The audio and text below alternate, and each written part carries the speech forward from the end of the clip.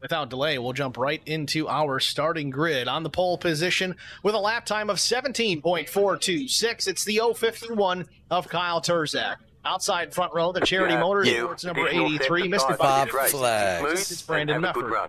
Row number 2, it's Brian McCann and the 00 of Mike Cook. Row 3, it's the 84 of Matt Kopp, flanked by the 99 of Jared Wiedner. Starting in row 4, it's the 12 of Tim Schofield with Brent Butler, the number 76, starting in the 8th position. 9th goes Tim starting 7th. 10th starter will be Josh Funkhauser, the number 81. Chris Wally, the number 51, will start 11th. Newt Quick will start 12th. 13th starter, it's Josh Stewart in the 03. Todd Cleek will roll his number 45 from the position. Hopefully this time I don't 15th go reverse Adam Benefield into a backflip. Doug Wysocki starts 16th. Larry Bruner, the 44, will roll from the 17th position. 18th goes to Steve Durbin. And last but not least, the number 77, Zach. No Neil out here tonight? On the field, shotgun on the field in the 19th starting position. I guess not. Flags field is parked on the front straightaway and gridded up, just about ready to roll. In fact, they're starting to roll right now on the iRacing pace car as we get set. 2 laps before we go to green. Guys at the back, close it up.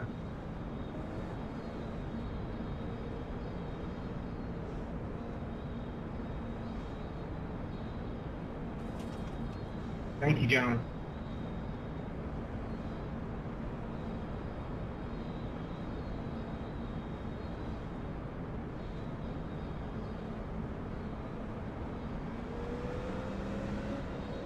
Field cross start finish. We are on the 1 to go. So the next trip All right, by man, we're start going green finish next time. Bye. should be driving in anger. Hopefully not too much anger. This field was significantly larger at the start of this season, and that's not to knock on anybody here. We've kind of filed things down to the cream of the crop here. 19 cars for this particular race here at Five Flags. I think it's a perfect number for these small short tracks. Barney with the green in hand, the pace car about to pull in, or he's going to go one more time around here. It looks like he may go another lap.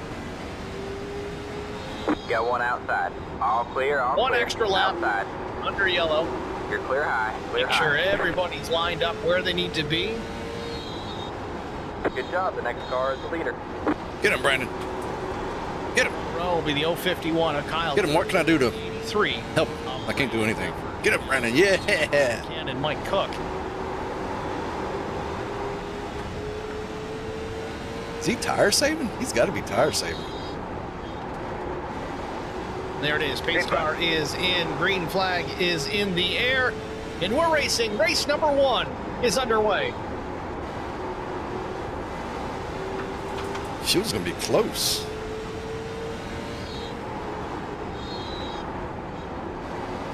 Something's wrong with Kyle or he's tire saving. I'm not sure.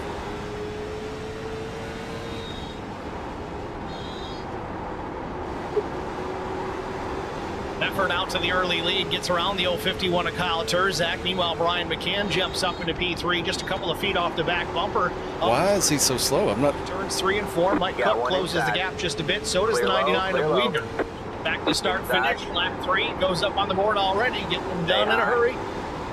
Meanwhile, Mefford's starting to put some distance on Kyle Turzak. I don't know if Turzak is in conservation mode already, trying to take care of his stuff, but never mind that. Brian McCann all over the back bumper of the 051 as they work off turn 4. That was your fastest lap of the session. You're in second. Well, if he's tire saving, I can run a little bit faster than that and still save. So at least I think I can. Jared Wiedner took a look to the outside, a little bit of contact with Mike Cook. This all happened. That's really odd what he's doing there.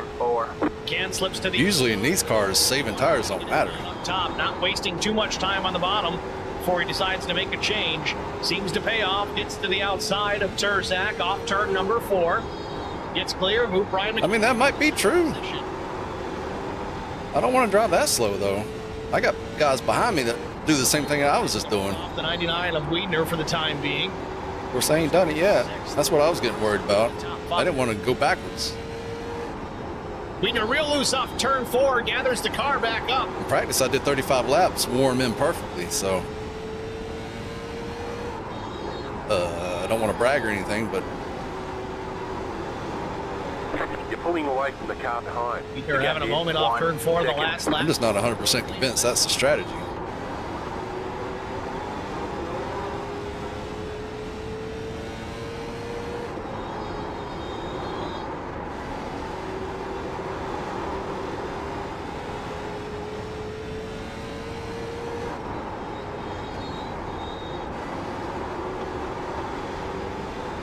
He's losing big time track position. Mike Cook trying to make a move around the outside of Kyle Turzak. This is very uncharacteristic of the 051. I think something's equipment. Maybe his throttle is not going to 100%. In some cases, I don't know if he's got a problem. If it's just I think he's got a problem.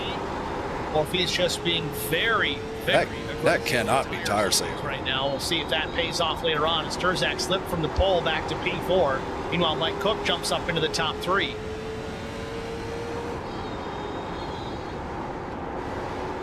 The leader just did Funkhauser in a battle currently with the 84. That's going to be Matt Kopp. Funkhauser inches ahead of the 84 off of turn number 2. Meanwhile, the 15 of Garrett Johnston tucks in behind. He's going to try and decide which way he wants to go, top or bottom.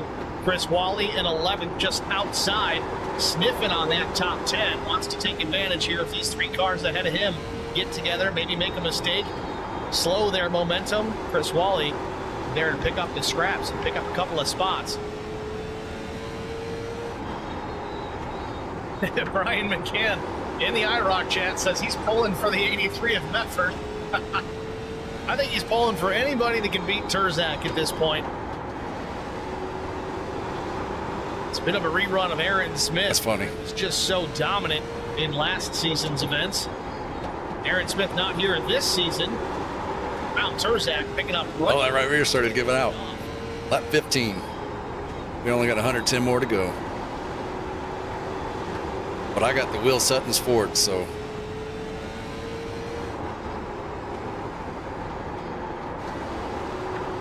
I predicted that one. This battle continues with Matt Kopp in the 84 working the outside. He's managed to defend against the 81 of Funkhauser. Now Johnston picks up on that cue. He said, you know what, if it worked for Kopp, maybe it'll work for me. So he's trying to get to the outside of Josh Funkhauser. Funkhauser drops it down, not all the way to the low lane, but Johnston crosses over, looking down bottom side now. Still nowhere to go. In behind him, Todd Cleek and Doug Wysocki battling for position. Wysocki, the white and green. Oh, that was a fun little stretch. On the racetrack, the 45 of up top. Seems right now the top lane is the place to Kyle go. Sandbagging. But I definitely probably came up with Yeah, that's quite odd. He was really slow. Well, back out front, it's Brandon Mefford and Brian McCann. McCann has reeled in the 83. Even I almost had him. He's out front by a handful of car lengths, if not. I was talking about that. I'm not sure. I'm kind of thinking he might have a hardware problem or something where, you know, maybe his throttle's not getting to 100%, or I just can't understand how he's saving that much. More in trouble early here. I don't know. He's pretty slick, though. I wouldn't be surprised if he knows something we don't. No EOL will be issued. Quick just in behind Wysocki and Cleek. This is turns 3. I'm just not a believer. Does Wysocki get a little crossed up here?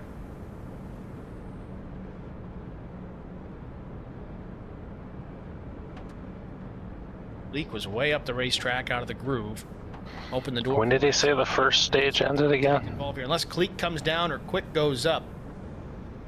Don't remember, but I don't think the caution flags on or flies on the 125 events. In the 4, it's all it takes.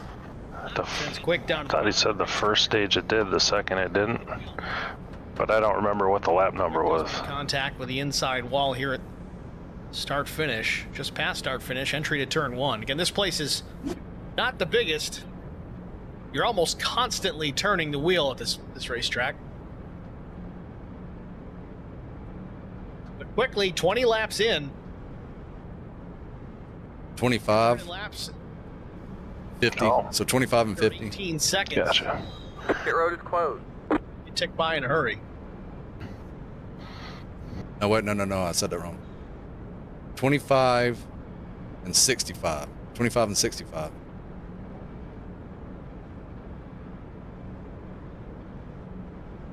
No yellow for the second stage. We will have a stage caution on 25. I would just say call it good. Gonna be a 1 lap or 2 lap sprint. Before the stage, I think we will. That's all I need. All right, man, we're going green next time by. All right, man, line up on the outside row now. Oh. I don't think I'm going to do any good here. I just wanted to say that.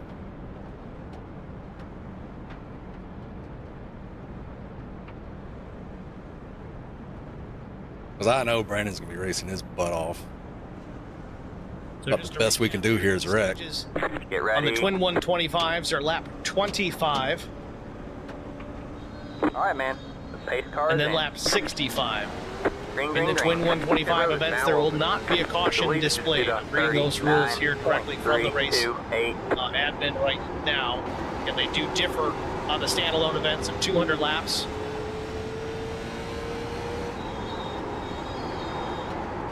Stages, lap 50 and 110 with a caution flag on the standalones. Twin 125s, 55 and 65. No caution should be thrown.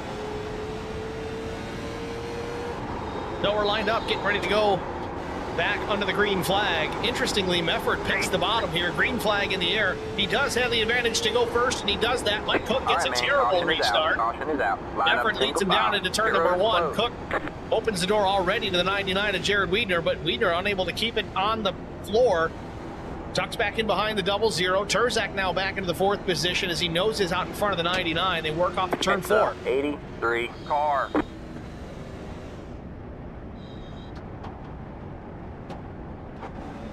It's the 83 I'm sorry, I tried. Lap car. 25 on the Guy in board. back of McCann there.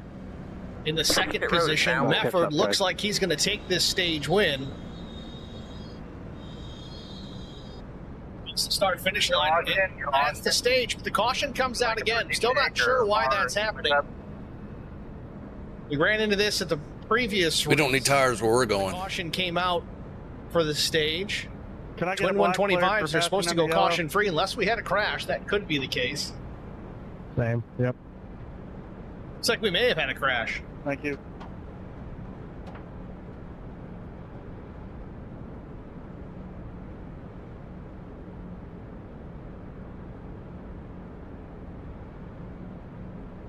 See what happened to the 81 of Funkhauser. Oh yeah, big time wreck. 4 or 5 cars involved in this one just as the stage comes to a close. Brandon actually doesn't get out too bad right there. He's going to come out. No, he came out 10th. Somehow he got passed by 2 cars in the pits.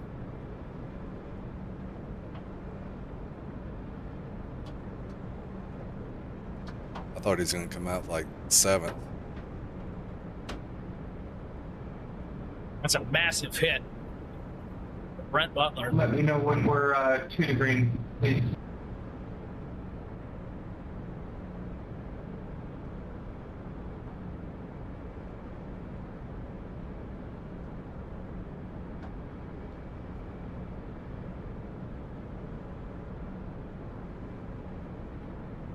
Pit road is closed. 2 to green. Back this up a little bit further here. See how it looked as it got underway. Coming to the end of the stage here. This gets hooked.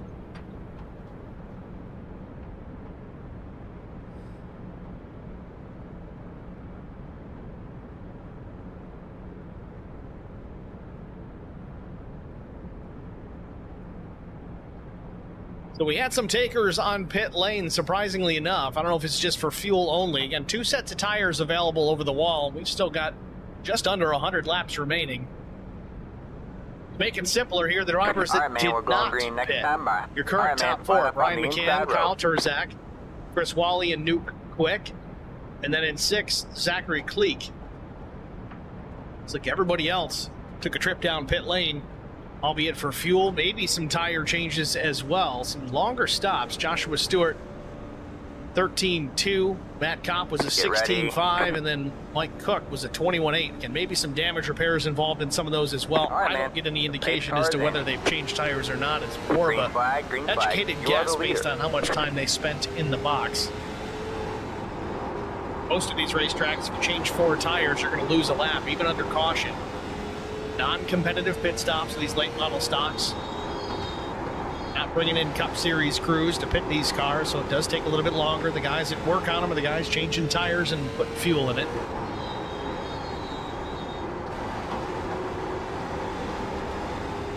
So we're doubled back up. Field's in 3. Pace car lights off as we get ready for yet another restart.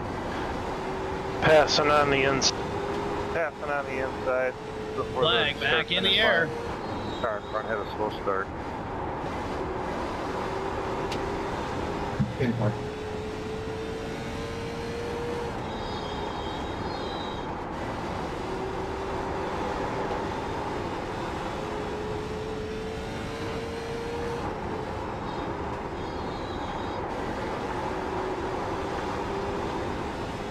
He's still backing off. Dan maintains the top spot. Terzak has jumped back up into P2. Chris Wally is third. Adam Benefil fourth. And Zach Kleek runs in the fifth spot. Big mover on the day so far. Kleek, he's up 14 positions. Doing a good go of it thus far. Still plenty of racing to go. Be great if he could hang on to that top 5 or maybe even better.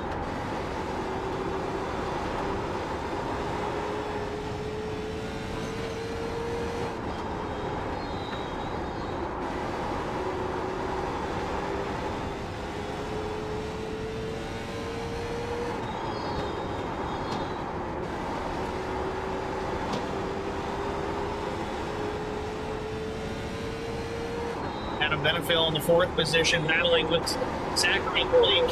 Number 77, Kleek had a moment off of turn number 4 from just a moment ago. Almost lost the car, managed to hang on to it.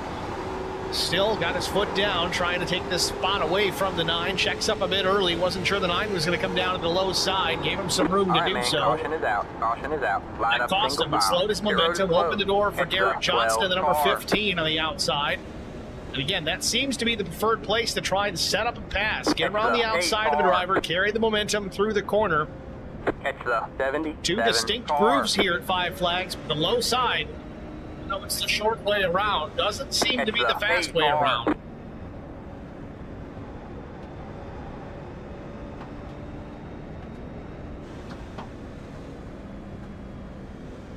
Pit road is now open. Since still working at 77, a Kleek goes around. Caution comes out. Saw this happen a handful of laps ago where Kleek almost went around. And, well, really, he almost went around here, but he went around first. Self-spin. His time because he was able to continue on. He locks her down here off at turn number 4.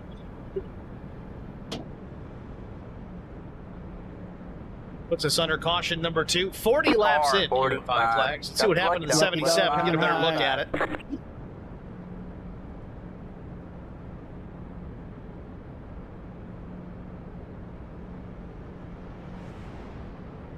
Let the 45 car by. He had the position when the yellow flag came Simple as out. that. Not even a full spin.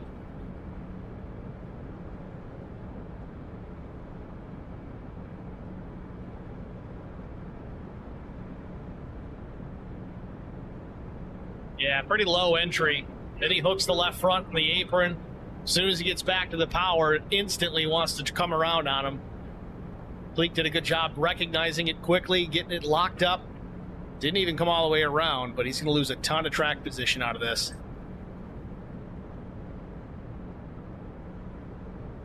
Still out front, 41 laps in. It's Brian McCann over Kyle Terzak. Chris Wally runs third. Fourth is Adam Benefil, and Garrett Johnston listed as P5.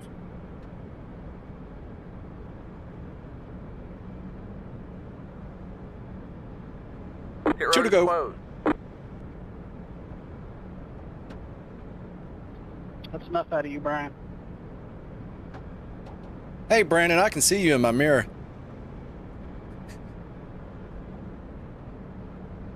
Unfortunately.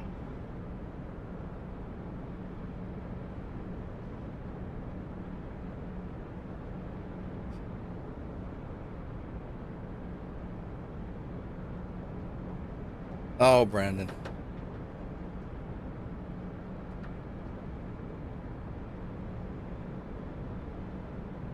Alright, man, we're going green next time by.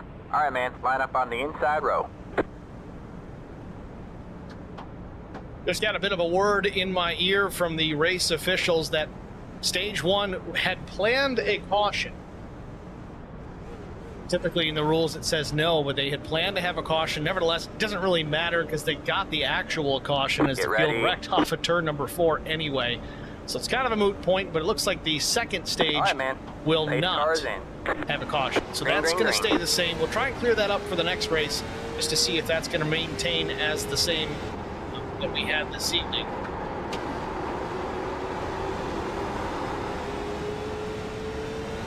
We got Zach Millett, that S4 guy in the HBR TV chat.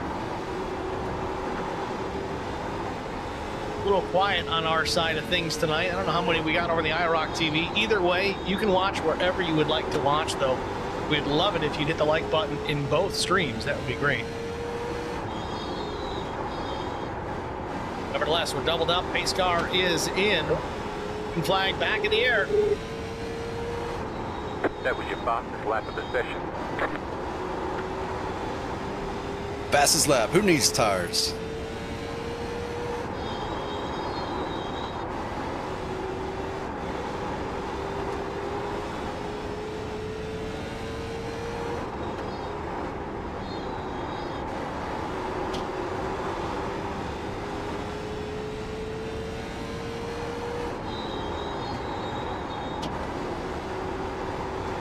Can once again out to an early lead since the restart. 2 to 3 car lengths on Kyle Turzak. And keep an eye on the 051. He's won all but one race this season. Brian McCann has been second quite a few times. He's had a lot of bad luck as well. Turzak, though, not able to reel in the 3. I don't know. I've just got an uneasy feeling about the 051. Maybe he's really just playing awesome or saving his stuff. I don't know what the scenario is. We know Brian McCann is fast, but man, Turzak has just been lights out this season.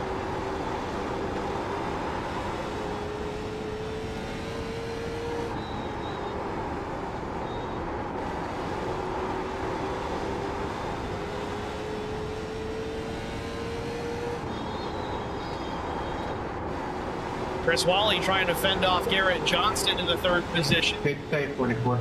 Johnston looking a little aggressive there in the 4th spot.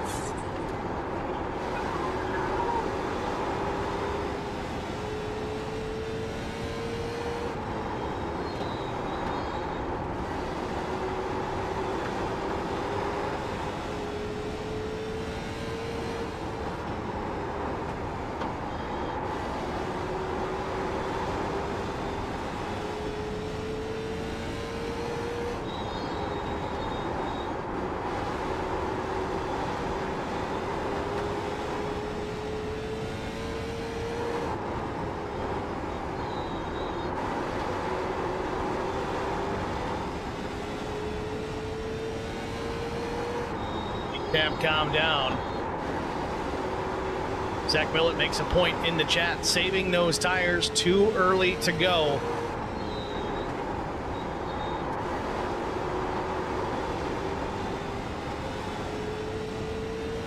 Brandon Mefford, who started up towards the front here tonight, led some laps early, still running back in the 5th position.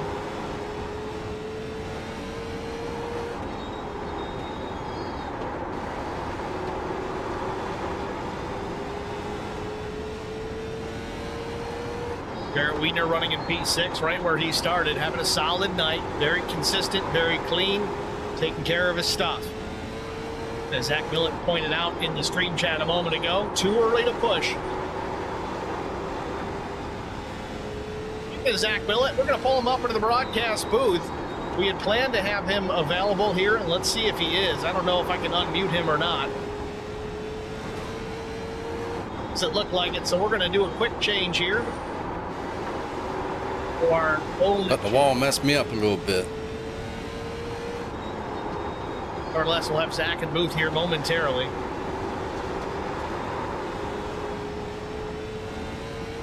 And there he is, Zach Millett in the broadcast booth with us here at HBR TV. Thanks, Zach, for jumping in.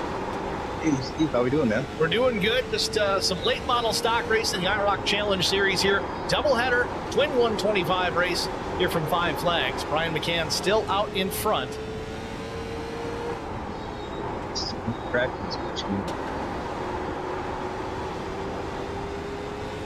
Yeah, it really is a great place for this. We had a 19-car field to start things off. A couple of them have fallen out of the race, so 17 cars remain. A couple of them not on the lead lap. 15 cars still on the lead lap. Top 5 is Brian McCann, Kyle Terzak, Chris Wally, Garrett Johnston, and Brandon Mefford.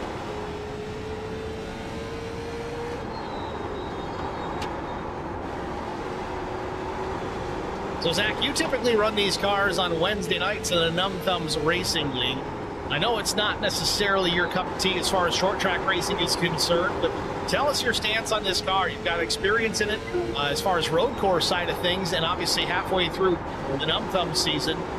What's your take on this race car and the challenges these drivers have to face each and every week? Yeah, man, these cars are a ton of fun, especially on the short tracks. They don't have the power, like a Supra. You don't really have to drive through sideways, but it really demands you to be super consistent. Every time you can hit your marks, every single turn, it'll really reward you. But you can still heat up that right front and your right rear if you get on the gas a little too soon. And Kyle's tires are coming back in. he won the 051. So that was what he was doing. Stuff here and finally making a run towards Brian. Yeah, It's a wonder Brandon ain't. Oh shit! It's a wonder Brandon ain't further up. Starting to reel in the 3 here as we a couple of laps away from our stage. See a lot of guys do that in the beginning of the race, even if they're not running up front. They just try to keep the temperature. He's just waiting for me to make a mistake. But it really does make a difference later in the run.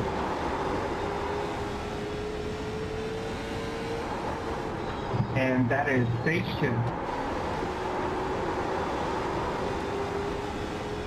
Terzak right there on the back bumper. He's got better tires than I do, that's for sure. And McCann off of turn number 4. The rear end slips out just a little bit. Quick correction, lap 65, final lap of the stage. Terzak's going to try and pick up those points. We'll see if he can get her done. Is it in there? I'll stay high. Stage 2 goes to Brian McCann again in the twin 125s. Stage 2, we will not see a caution. Drivers will continue to race. Points will be awarded. Looks like it's going to be Brian McCann, Kyle Terzak, Chris Wally, Garrett Johnston, Brandon Mefford, the top 5, Jarrett Wiedner, Mike Cook, Matt Kopp, Josh Stewart, Doug Wysocki in the top 10. This is where it gets fun, Steve, where you get close to the lead car. I'm thinking he's going to swing it a little wide going into turn 1, straighten off his exit, and get a run into 3. Drivers seem to take a very similar line there on the exit at turn number 4. I wonder if Terzak is still just going to hang tough there in behind McCann. Take care of his stuff. So we talked about pit stops a bit before you came in here, Zach. 2 tires at most in most cases. I just don't see it really being a 4-tire opportunity, even if we get a caution. What's your take on this? You go fuel only? Do you run the whole race without tires, right sides only? What's the best plan of action as far as you're concerned? You know, it kind of depends on where you are in the track. You know, if you're in the second half of the field and you get an opportunity, I'd come down and take 2 tires. I don't think I would take 4. You know, I think it keeps the car a little too tight. You want those left sides worn out as much as possible. You loosen the car up and make it turn the left really, really quick. If you like driving a loose race car, you definitely want to keep it just like that. Boy, if you can make it a stop, I mean, that's it's pretty perfect if you're out front. You know, in a perfect world, I'd rather not stop, keep my tires cool, and stay out front. We'll see if that comes to fruition. The drivers did have 2 sets of tires to work with tonight, but a full 100% fuel load. Some drivers did stop early. First sign of a caution, they came down and topped off just to try to get off slightly with some of these drivers. Right now, the top 3 have yet to visit pit road. It's Brian McCann, Kyle Terzak, and Chris Wally. Expect to see that here relatively soon if we continue to run laps under the green flag. We're going to take our one and only HBR TV side-by-side break. Stay with us. We'll be back after this. I met Marco Scarza when we were doing radiothons for St. Jude Children's Research Hospital. We needed sponsors to help us raise money, and he's always the first one to jump in. I would describe Marcos and his team as upstanding, someone you can trust, and he is just a genuine guy. Marcos has been very genuine. You dropped off big time now. I'm not sure why. I'm just going to keep doing what I'm doing. You need somebody that cares about you. And that's what Marcos. Nothing is really changing. That's what this firm is. Several laps. Let us help. So I couldn't imagine there being another big drop off.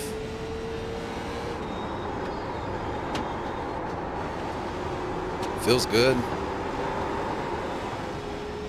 I have a pretty good idea of what I need to do.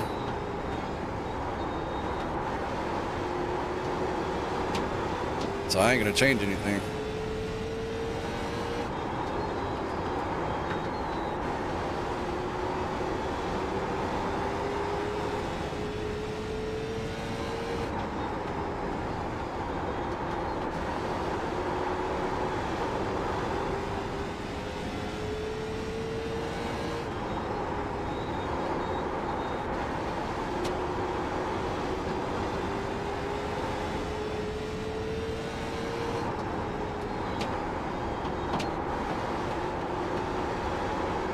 Got one outside.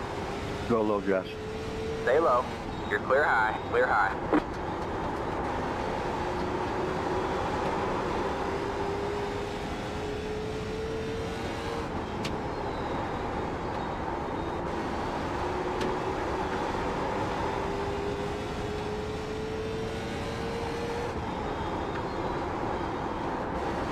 You're going to need rubber shortly. Take it easy. Ooh, that's why. That's I was why. happy following you, but thanks. Uh-oh. No big deal.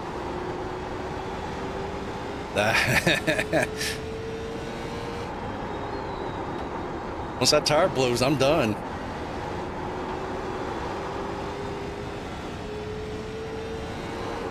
It still drives fine. That's what's weird.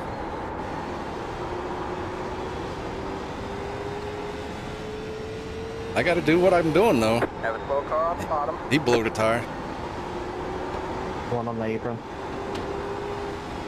Does that mean I got a pit here? If caution comes out?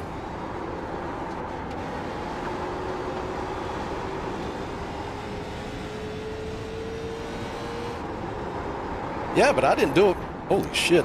I didn't do a whole tire run, so. Remember, a single car doesn't bring out an admin problem. His tire's blown out. You can't do anything within these things when the tire's blown out. He just has to tow. So that's he knew 125 lap strategy. I had no idea. So what happened to that guy there? That's what's going to happen to me shortly. Back a little bit early, we saw, I think, Adam Benefield in the 9 go around. He's still around. We haven't had a caution yet. Now he backs it into the Jersey barrier. I'm going to see how far I can get. Trying to get looped around without breaking off the yellow as the leaders just go on by. Brian McCann still out in front of Kyle Terzak. We worked lap 85. Benefield coming to pit lane. I don't know if this was a planned stop to pit road or if he just had a problem. Would come down anyway.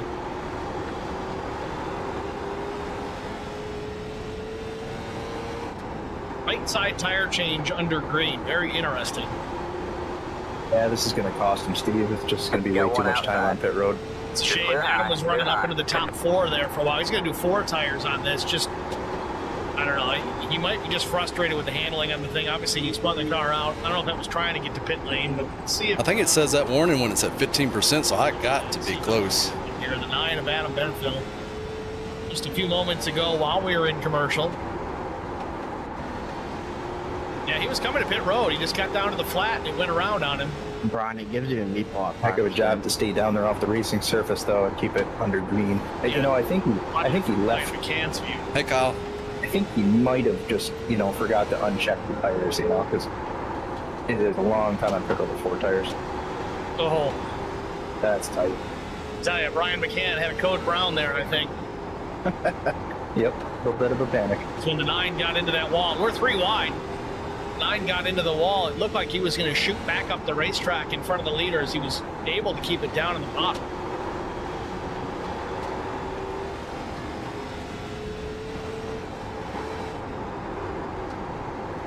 I think my tire's starting to blow. Kyle Turzak. Turzak put some pressure on near the end of the stage, but wasn't able to get around or even alongside Brian McCann. Car length off the back bumper. He's coming to 30 laps to go. Now, Steve, what, in your opinion, what do you think go time is? You think 20 to go? You think 15 to go?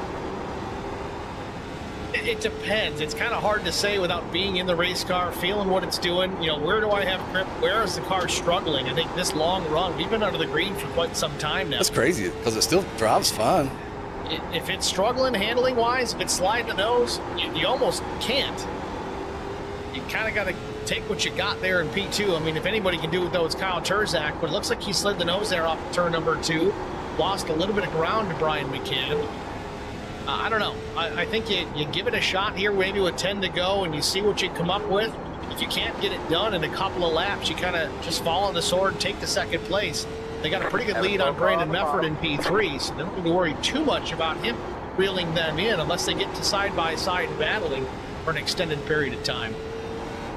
Yeah, I'm thinking, you know, to catch him is one thing, to pass, you know, to set up a pass just takes several laps anyway. It's going to be tough. I see the 051 getting a little bit of apron there in the turn. I'm thinking that's because he's a little tight. I should actually help him rotate a little bit. Oh boy, it's sketchy. Got Cody Dean in the stream chat checking in, says, not much grip down there. And I go another 25 laps, though, is the question. I think he was talking about Adam Benefield in the 9. That is for sure. Tell you though, when you unload the suspension, get the left sides on the flat there, like you were saying earlier, Zach, it really wants to rotate. Never mind the fact there's no grip.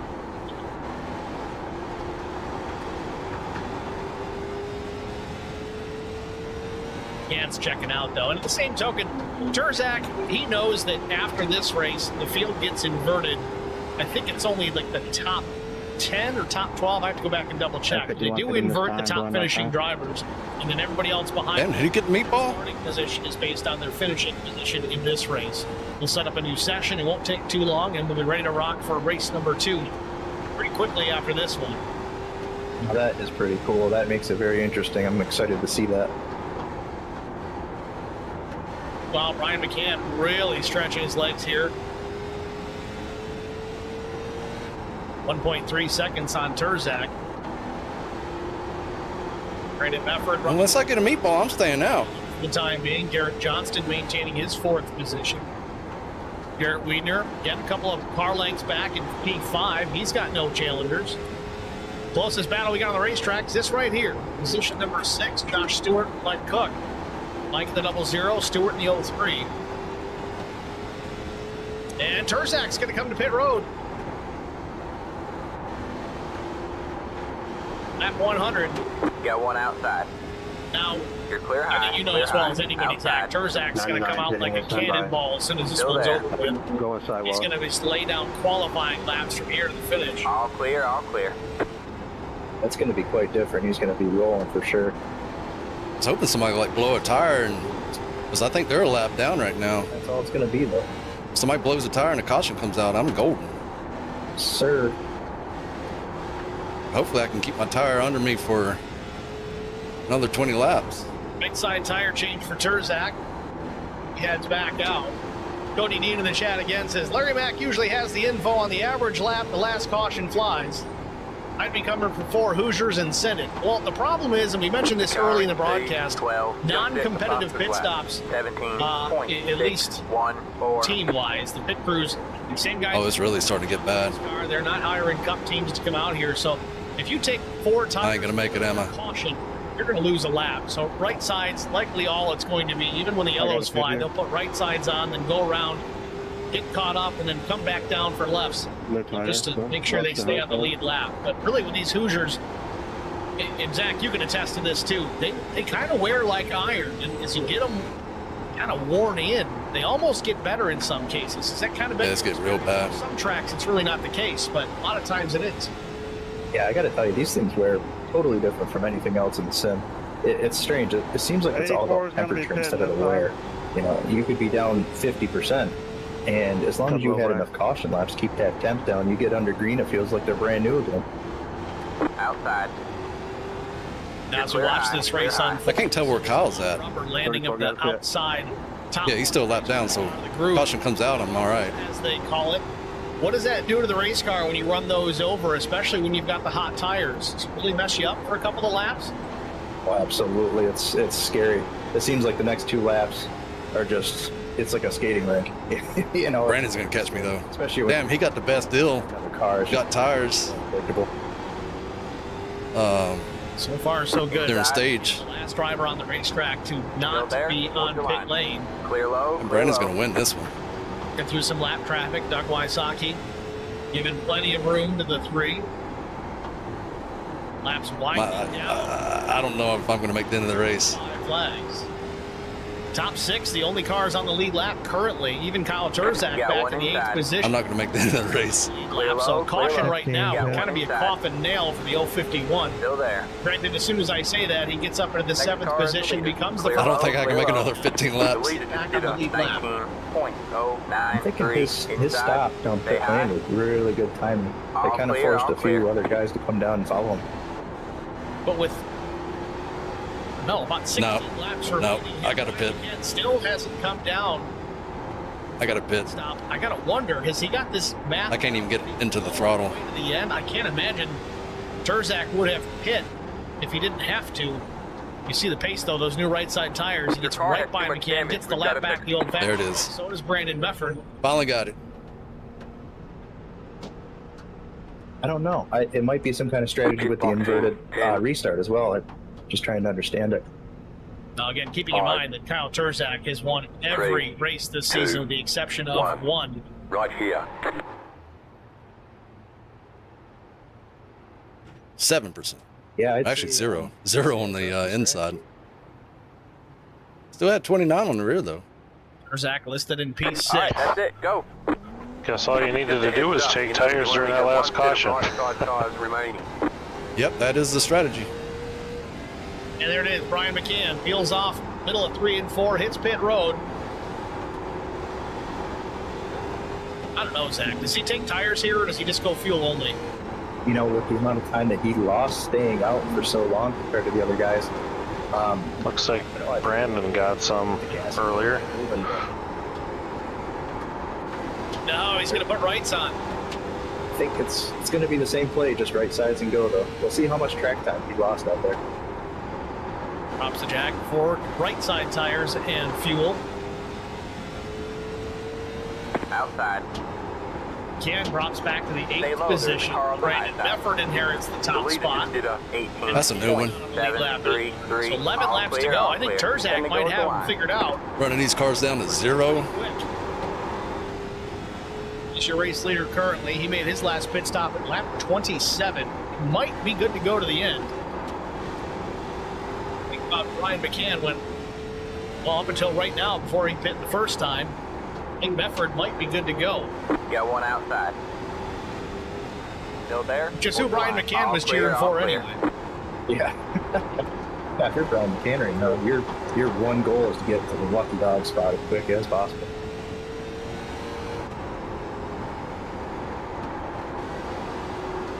Come on inside, bro.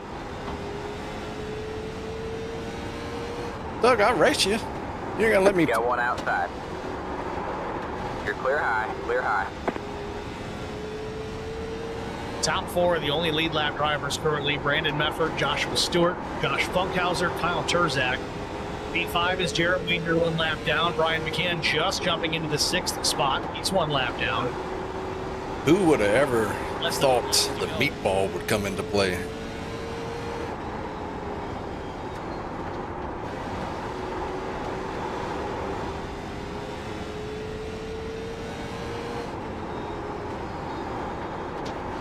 Mefford's got to keep working at this, though. He's only got about a 1 second, not even a 1 second advantage over second place. That's Josh Stewart. 5 laps to go. Derek, As Wally and Jarrett Wiener get to you're the telling lies over there. laps back, it looks like, at least one of them.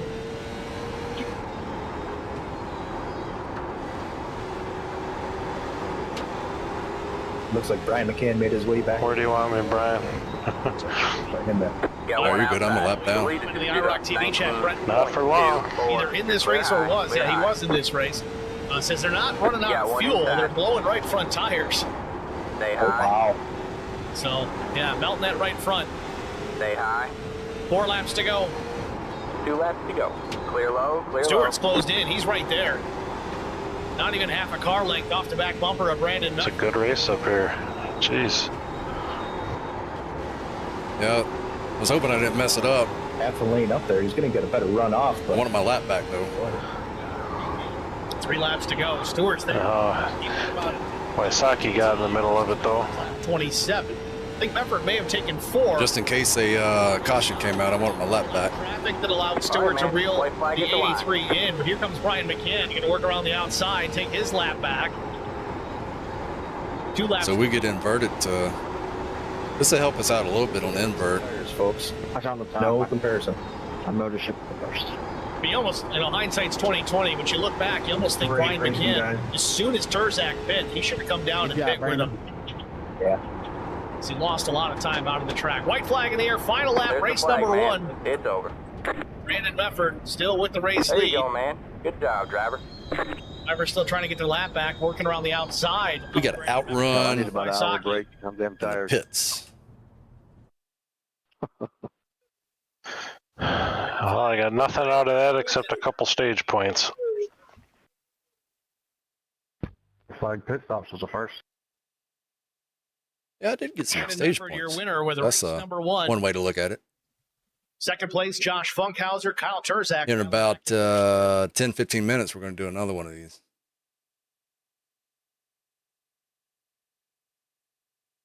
Zach, I'm going to jump over to IROC, see if we can get an interview with Mefford, Funkhauser, and Terzak, and we'll be back shortly. Copy that.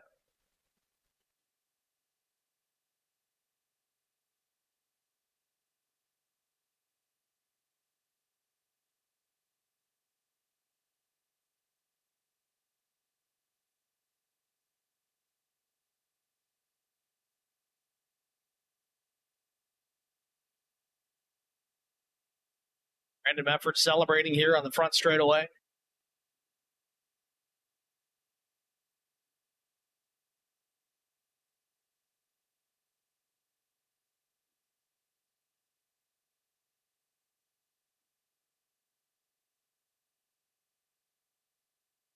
That's the wrong.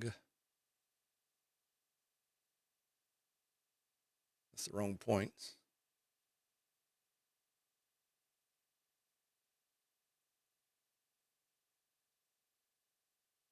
And we'll see if we can get Brandon Mefford and Josh Funkhauser and Kyle Terzak That is also the wrong points. to the interview room.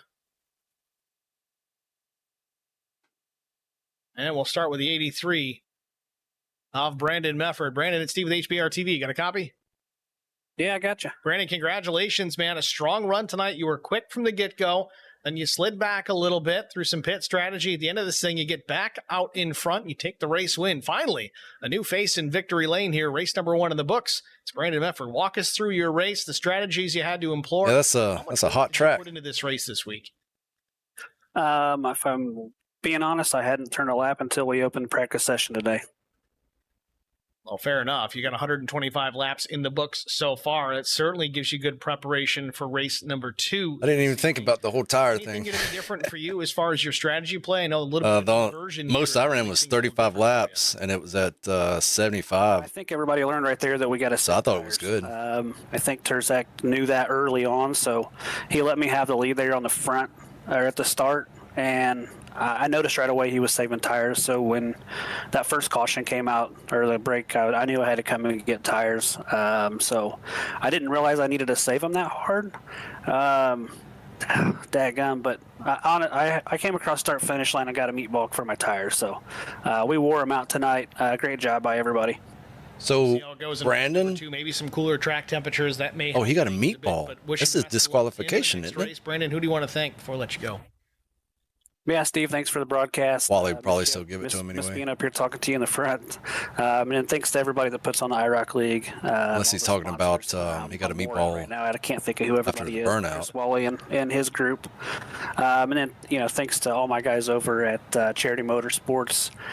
Shout out to my guys at Chaos Motorsports who I play around with here and there. But all of our charities. And I'm going to do my best. Plan on seeing you up here again in another 125 laps, Steve. All right, Brandon, we're looking forward to it, man. Nice job. Thanks.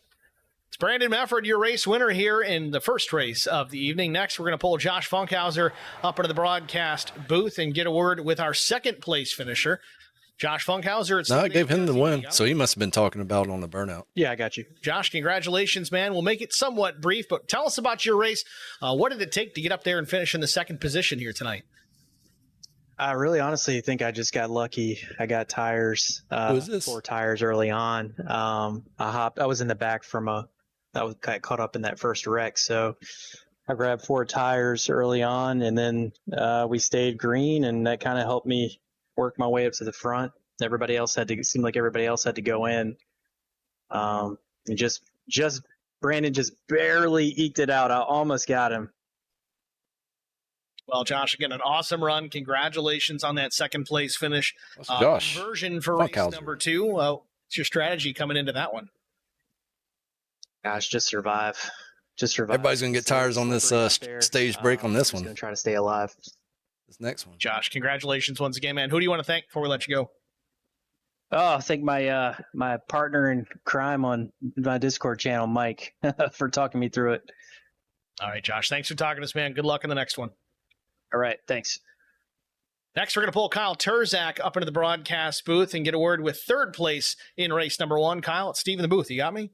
Yes, sir. Kyle, congratulations, man. A third place finish. I know that's certainly not what you're used to in this league, but it seems like you had a strategy to start, knowing that tires might be an issue here tonight. Was that kind of the plan, take care of that right front for the better half of this race? Yeah, I just tried to save really, really hard right there. And with about, laps 50 or 60, I decided to push for like 10 laps and get to Brian's back bumper. So when I did that, I realized that we had to save even more. So I backed off, and by then my right front was already gone. So I just basically sat back there, saved as much as I can. And then the last 10 laps went the hardest I can, and then pitted. I felt like if the lap cars weren't in the way, we had that, but it happens. It's racing. But I didn't expect when I came in here 140 track temp. It's pretty hot. Yeah, it was a hot one for race 1. We'll see what race 2 gives us. But Kyle, either way, congratulations. A strong run here tonight. Who do you want to thank before I let you go? Yeah, I just want to thank you for the broadcast, Chris for putting this up, all the league sponsors, and Zen Sub Shop. All right, Kyle. Thanks for talking to us. Good luck in the next race. Thank you. It's Kyle Terzak, your third place finisher here from Five Flags Speedway. We're going to jump out and get a break out of the way before we get to our second race of the evening. Stay with us. There's going to be another race coming up very shortly. I'd say give it 5-10 minutes max, but stay with us right here at HBR TV. We'll be back after this. I met Marco Scarza when we were doing radiothons for St. Jude Children's Research Hospital. We needed sponsors to help us raise money, and he's always the first one to jump in. I would describe Marcos and his team as upstanding, someone you can trust, and he is just a genuine guy. Marcos has been very generous. He has a genuine concern for people. You need somebody that cares about you. So let's see what the track temp is on this one.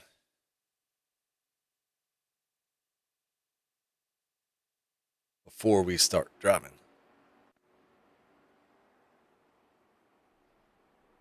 Race starts with 15% track, and track is 78 right now.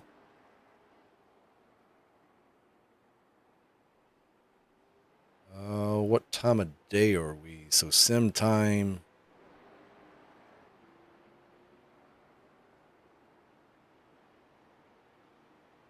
(7 p.m.) So this is going to be a night race? Question mark.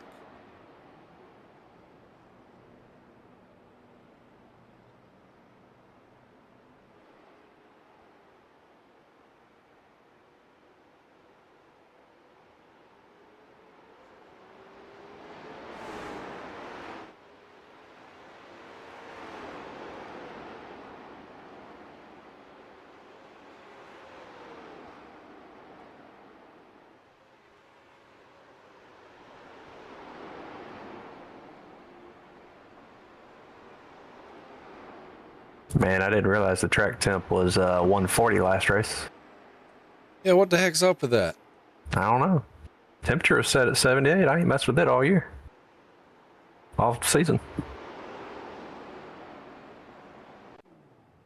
I felt good for a minute. And then my right front started going away. I went from 3rd to like 11th. Threw me off a little bit too. What, on the track temp? You got one inside. Yeah, Low, the car low. drove fine. It's just eventually, you know, tire blows. Yeah, I didn't even know that was going to be a thing. I got the meatball. I was hoping to maybe just limp it to the end of the race, but then I got the meatball around like 110 or something. Yeah, I got it. That's why I had to pit. 99, just hit the fastest lap. 16.496. Ooh.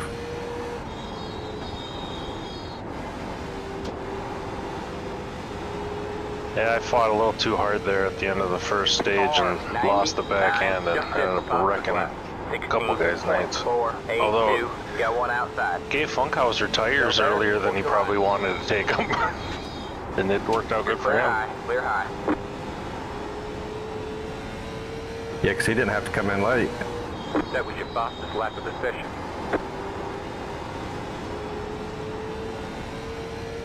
What happened, Brian? Them tires, who put 140 track temp in? I don't know. That damn admin, I tell you what. That was your I had to give fastest lap of damn the Brandon session. Medford a freaking chance, otherwise he wasn't going to ever win a damn race. That's who I was Hey. pulling for. I'm telling you what, I thought I screwed up pitting. Yeah, you were way back there for a minute. I just knew there was going to be another caution. Whoever thought we'd do a green flag pit stop this season? That was your fastest lap of the session. Especially here. Well, this was actually, I don't know if y'all remember, we ran these in the trucks, this track in the trucks, and it was a damn good race for a while. Have a slow car Yeah, I on the remember bottom. Kevin Got McCann in one the truck. outside. That was your fastest lap of the session. All clear, Yeah, where's all he at? clear. I don't know. He hadn't been around for quite a while. Yeah, I ain't seen him in a while. I haven't seen Chris in a while either. You put those two together, we got all kinds of fireworks. What happened to Neil tonight? I think it's his daughter's birthday.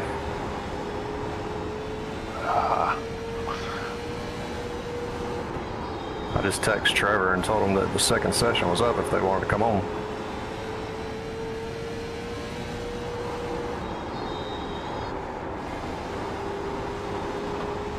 You just really got to drive these things aggressive as hell.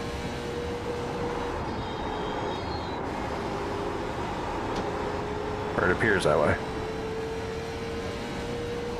Slow car up high. Go low. Ask Brandon, he won. Well, now we know what Kyle was doing there at the beginning, huh? Yeah. On saving. Slow car down low. Yeah, I thought he was sandbagging, but there was a reason. Well, I better go back to my other group before shit gets too deep in here. Well, good job. Good win. Yep, thanks. Good win, Brandon. Appreciate it, guys. I'm glad I got all my wins in the record book from season 1. Because it ain't seen shit since race 1 of season 2. I know, right? Got a little bit of competition in here. Well, that's the only time I can say I passed Brian McCann, and then I found out he just let me.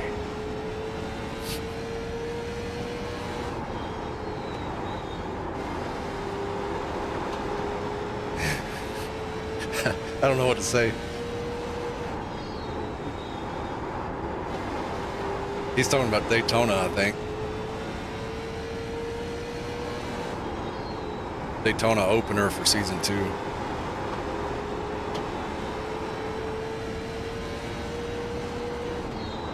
Got one Or outside. 3, whatever season that was. Stay low. You're clear high. Clear high.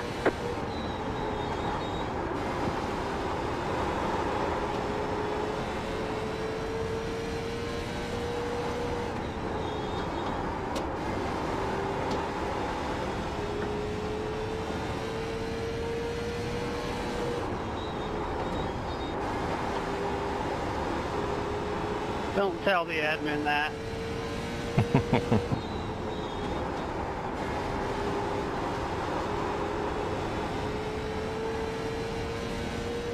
All right, fellas. Good luck this next race. You too. Good luck.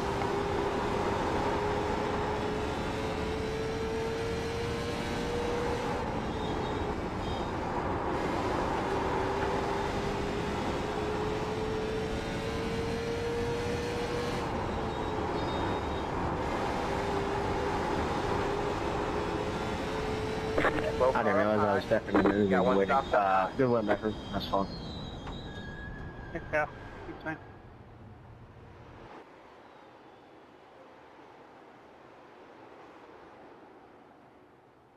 I want to thank the admin for that jacked up setup for allowing me to win.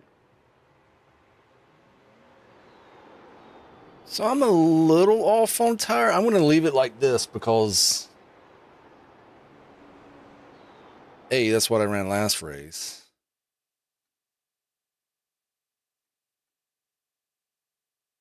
Track did go up a little. I think the race is going to be nighttime.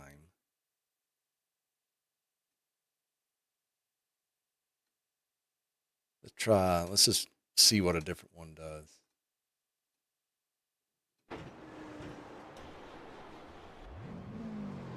We got 4 minutes left.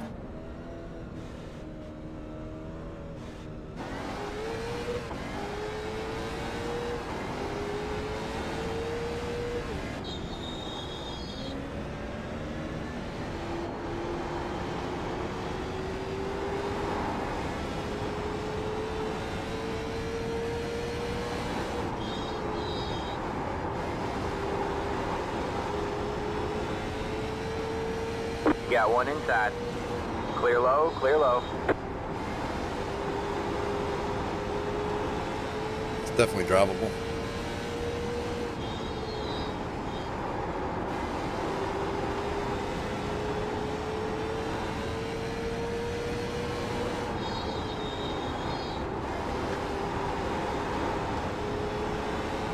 Low car up high. Go low, go low, go low. Go low, go low.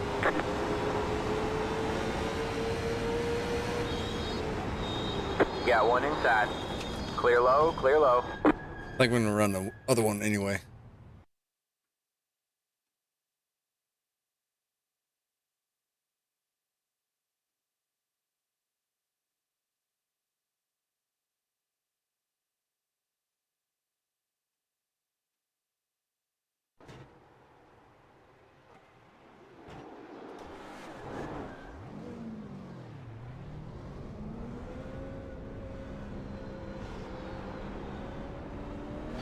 Wow, track got a lot faster. We have a car stopped down low. Go high.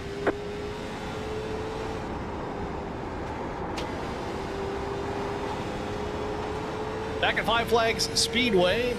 Final warm-up just about complete here at the Speedway before we get into our second race of the evening, race number 9 of the season. Jarrett Wiedner is the fastest thus far. Well, nothing like adding a little wrinkle to the track temperature, 81 degrees. to the races, having a difference like track temperature. It was in race number 1. That is a massive difference, and you can see it in the lap time. Zach Millett pointing it out to us. Clear low, almost clear a full low. second faster than we ran in the last race. See what qualifying. Well, qualifying is not going to be an issue because that's based on the first race, but lap times could be better in the race. We're also likely to see a little bit less right front tire failures. We saw a lot of guys having issues with that, including our race winner, Brandon Mefford, who had a right front tire go down as he crossed the checkered flag at the end of that race. Damn, his right front tire went down right after the checkered. That was close. Imagine being on the white flag lap and then getting a meatball right before the checkered line. Back into the race info for this evening. Again, twin 120. That's a disqualification. Race 1 already in the books. Brandon Mefford wins that one. 78 degrees, the current temperature here at the racetrack. 45% humidity, partly cloudy skies, barely any breeze at 2 miles per hour. And again, as we mentioned, track temperature about 81 to 82 degrees. Driver still with a full 100% fuel load. I'm not 100% sure this is going to work. Over the wall to work with. Again, I don't anticipate many drivers going with 4 sets. Granted, we did see quite a few drivers burn up that right front. So that is or is not an issue here this evening. Yeah, this will be a lot better, Steve. I think the racing will be a lot better too because of it. So let me ask you this, Zach. In a case where you've got a hot racetrack and you're at a track that is notorious for burning up the right front, how do you combat that as a driver? We saw Kyle Turzak almost have that one figured out. Took care of the right front pretty well throughout the race. But what is the method? What's the best way to get that done? Yeah, you know, it's hard and it does, you know, change track to track. But I mean, you see some of these guys going into turn 1 pretty hot, you know, taking a wide entry. That will burn up your tire. You know, you're going a longer way around the track. Each lap's going to be a little longer than if you just keep it on the bottom side. And it might be a little slower on the bottom. People will probably be passing you, but you're going to keep the life and the heat out of that right front because the hotter you get it, the faster it wears. So some would argue, too, that running the bottom would wear that right front out more premature because, yeah, okay, it's shorter. You're not turning as long, but you're turning harder. You got more wheel into the race car. Is that kind of true at some places? Should we take tires during the stage on this one? It depends on how hot you get into it. You know, if you throw it in there and turn the wheel at 9 o'clock and expect it to turn, you're going to be, you know, chopping it right off. But if you check up a little bit, you know, just slow it down and concentrate on your exit, you know, you can save a lot of tire. Line up on the outside. You saw Chris Wally had a big turn 4. That would have been a life ender in real life. That was a big one. The estimated SOS is 1,840. We are just in the sim, though. As the warm-up comes to a conclusion, we'll get right into our starting grid here momentarily. Hopefully it populates correctly. It's been a little wonky lately.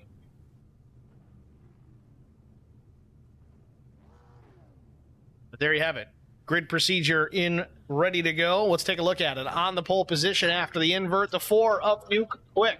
Outside front row, it's the number 76 of Brent Butler. Starting in row 2, the 34, Charity Motorsports machine of Doug Wysocki. To his right elbow, it's the 99 of Jarrett Wiedner. Watch that number 99 tonight.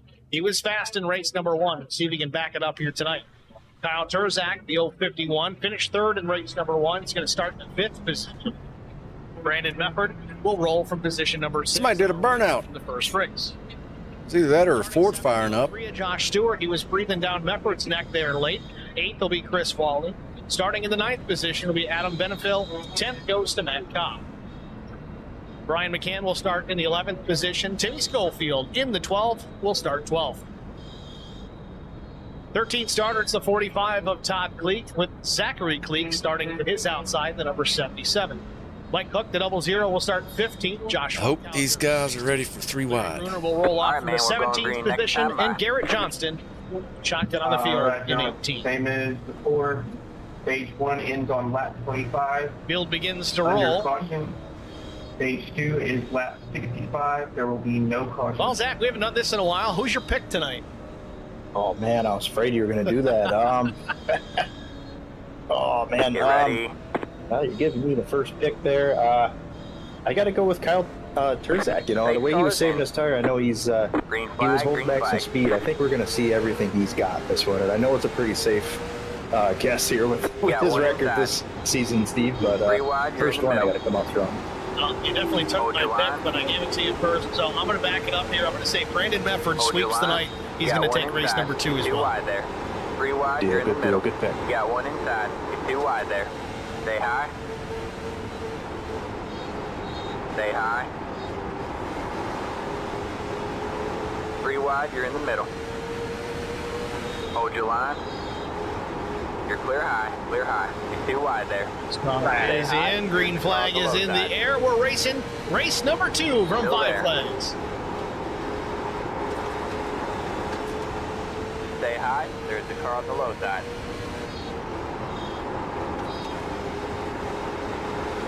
Still there, hold your line.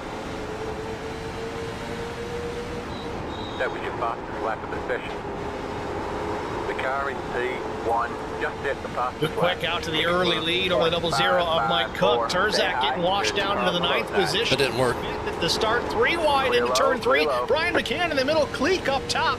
They get it filed back down, double file. Yeah, 1 outside. I know Terzak's going to want to try and save his stuff here tonight in this race number 2, but the conditions couldn't be more different than they were from race number 1. This bottom sucks. 40-degree track temp, now down to about 81 degrees. No wonder Kyle wasn't going anywhere. Be as conservative in this one as he was in the first. Man, Brandon got stuck door to door there. Massive checkup at times where, people trying to get everything they can get right off this restart. Still watching McCann. McCann goes way up the racetrack. Ooh, maybe too high. The leader just did a 16.633. Well, luckily the track has been cleaned off a bit from race number 1, so a little bit cleaner surface up top. If it weren't for that, I think McCann would have been in more trouble than he was. He has switched it up now to the inside of Brandon Mefford. Outside line's preferred. Of Terzak. Meanwhile, out front, Duke Quick, still your race leader over Mike Cook. You're on the bottom 3 5, wide. 6, 7 car lengths back to the 00. Chris Wally, same story. He's in third for now. Garrett Johnston taking a peek to the inside. He's going to take that third spot. Well, maybe if he can get clear off turn number 4. Not quite. Now he's clear. Hold your line. Outside. He's going to drive back to the outside, though. Johnson will have it off turn number 2. Jared Wiedner now to the inside. Stay low. Stay low. That was your fastest lap of the session. You're clear high, clear high. Still there? Hold your line. The thing about Kyle Terzak, he's already back in that 6th position. A little bit of contact though with the 9 of Adam Bittenfield. Moment. Definitely a moment for Terzak. That was your fastest lap of the session. It's just it though. We're just trying to talk about that. You're clear high, clear high. As anything go wrong, Run inside, Zach. he stays at it. Nose to the grindstone. Usually recovers awfully quick. He's done just that. Inside. Oh my God, that outside line is not preferred. All clear, all clear. That right front is preferred. Spread out just a little bit.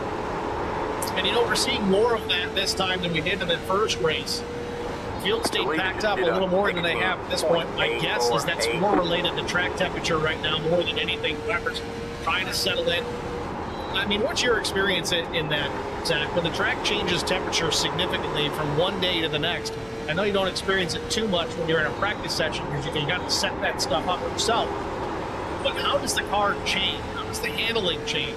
When you go from a super hot, slick racetrack to a nice and cool, it builds a lot of speed. What does it do? How does it handle? Is it more loose? Is it more tight? Is it a combination? Or is it just gripped up? It's different every time. It's some tracks are, it's a little looser. It's a little easier to drive. Some tracks are just way tighter. It's just a complete roll of the dice. And Brandon, he threw it in. As with some league races, where you practice, 3-4 times at a certain temp, and you get to the actual section, and it's completely different, and it's like starting over. It's like all the practice you did was for nothing. It does happen. I mean, seat time is seat time, even if it doesn't necessarily match up with the race.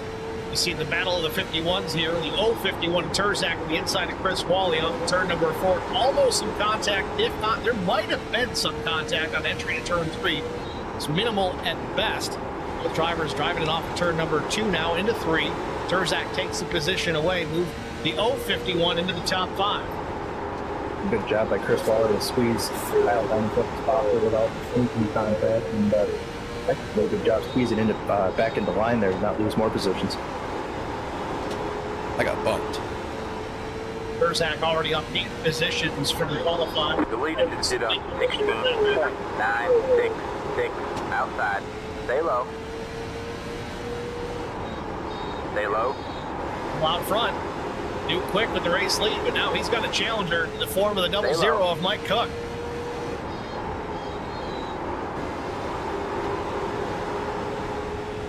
Stay low. Saw in race number 1, the outside was really the place that you wanted to get to try and get by somebody. Not impossible on the bottom. It's not as successful. You see it right there. Quick closes the door on entry to turn 1. It's just so hard to keep the speed up off the corner, keep the momentum up when you're coming around on the top side. It almost feels like 5 miles. We are stuck. Stay low.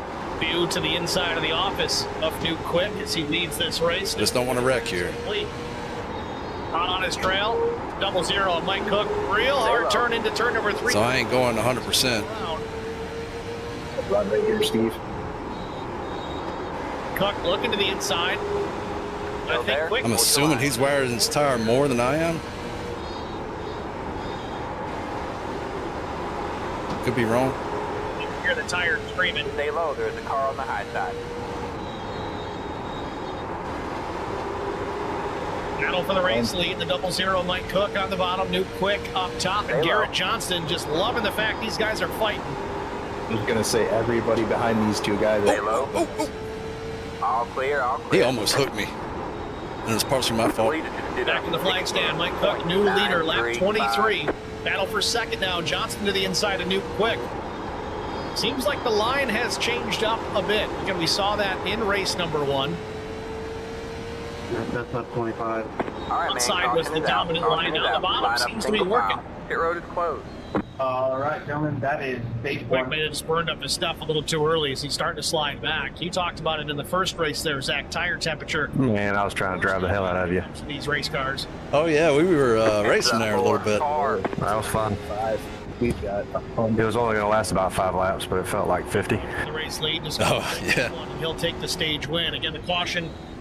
I think it may come out this time. Were you using brake right there towards the last few laps? But across Yeah, Were you I having to use brake to turn it in? Just a little bit. Yeah. Yeah, there it is. There is the caution.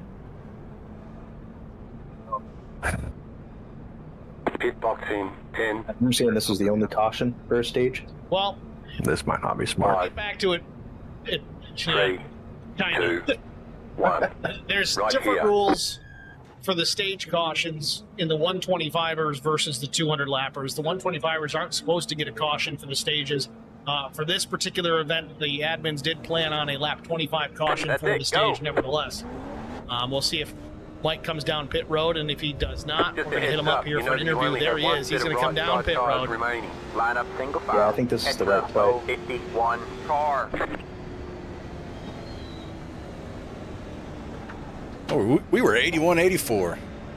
Zach, I am going to jump over to IROC here. We're going to get a word with our stage winner as soon as he completes his pit stop. We'll be back. Oh, Wally Just left. a moment. Stay with me. Happy.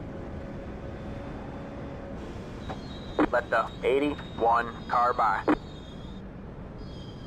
Did they take all their tires? Should agree. They're a lap. Some of them went a lap down. Tim, did you take 4 tires? Tires on this pit stop. He's going to lose. Yep. He's going to be good to go. Uh-oh. You're going to go a lap down because your boy All right, Wally. man, we're CB going green Booth. next Yep. time by. All right, man. Line Yes, up on the sir, I got inside you. row. Mike, congratulations, Pass the man. A 12, strong pass run. the- Late pass for the race lead and the stage win here. Tell us about the race car and the decision to take 4 tires during this break. Man, it was like a totally different car there. I knew I was pushing very hard on that first stint there. I wanted to get the stage win, so I wore the heck out of my tires. Get I'm ready. heavy on my tires anyway. You know, in the first Like race, back on the the right pace car, we're front was not going the green this problem time. We are child, not so to going speak. Is green. that seemingly All right, the man. same situation Like to tonight? back on the pace car. We're not going Oh green yeah, this time. We definitely. are It not looks going like green. I still ran it pretty hard. Crew chief saying about 3/4 of the way All right, left. man, we're going green next time by. All right, Mike. man. Well, a nice job Like here to for back stage on the number pace 1. car. Good We're luck not the rest of the going way. green Thanks for this time. talking We to are us. not going green. Thank you, All appreciate right, it. man. Like to back on the pace car. We're not going Mike green Cook, this your time. We are stage not winner. going green. Interestingly Mike enough, he did Cook get 4 got him one. on that pit stop. Maybe race number 1's got these guys a little bit gun shy, not 100%. I don't know, Steve. I feel like, after 25, 26 laps, your left sides are probably still, 97, 98%. I just think it's worth taking 2 and keeping that track position. Plus, I mean, he's got the mindset of maybe, all right, All track's right, man, we're cool. going green next time by. He takes the 4 tires now. He's going to restart, I think, about 7th. But maybe I don't think he's going to stop again. This might be his last stop. Kyle's going to win this one. Yeah, Mefford, if we stay green, I think that's the play. Stay out. if I remember correctly, in the first race, Brandon Mefford pit, his last and only pit stop was lap 27. Of course, he melted the right front at the Get finish. ready. But again, track temperature much cooler right now than it was. I think this might be the right All call. right, man. The pace car is in. Green, green, green. You're in 3rd place. Good job. The next car is Waved leader. off the restart The a couple of leader times here, just trying to get 38, everybody 22, where they 3. belong. Got one outside. All Certainly clear, one thing all I got to clear. commend IROC for. They are very big on getting it right versus being fast about it. that's a good thing. I'd rather the lineup be what it needs to be, get everybody in line, double where they need to be. Good save, Wally. Holy crap. Just go back and green. Sometimes you do see that, but IROC runs it well. Interestingly enough, of course, Chris Wally, a NASCAR official himself, so that was he's accustomed damn good save. Things, making sure that the league runs right, too. I thought that was a spin, for sure. Green back in the air. Chris Wally leads them to start-finish line. We're back racing once again.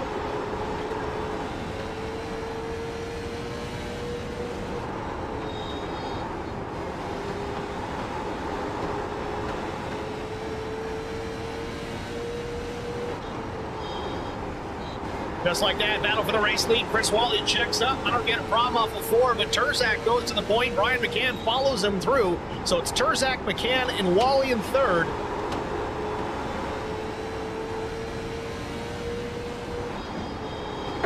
Just like that, Steve. Here's the battle in reverse order for us to enjoy. Exactly.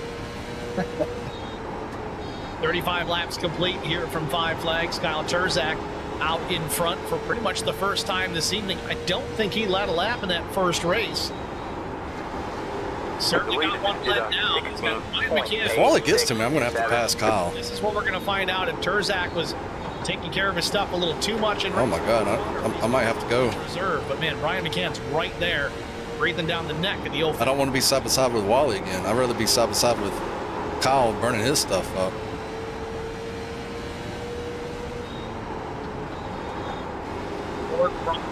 He runs in the 2nd spot. Kyle must have heard me. He took off. Hey, Kyle.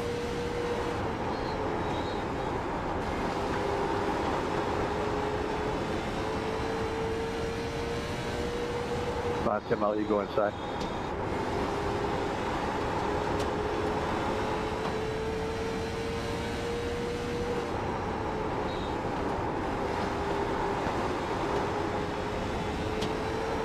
Thank you. Yes, sir.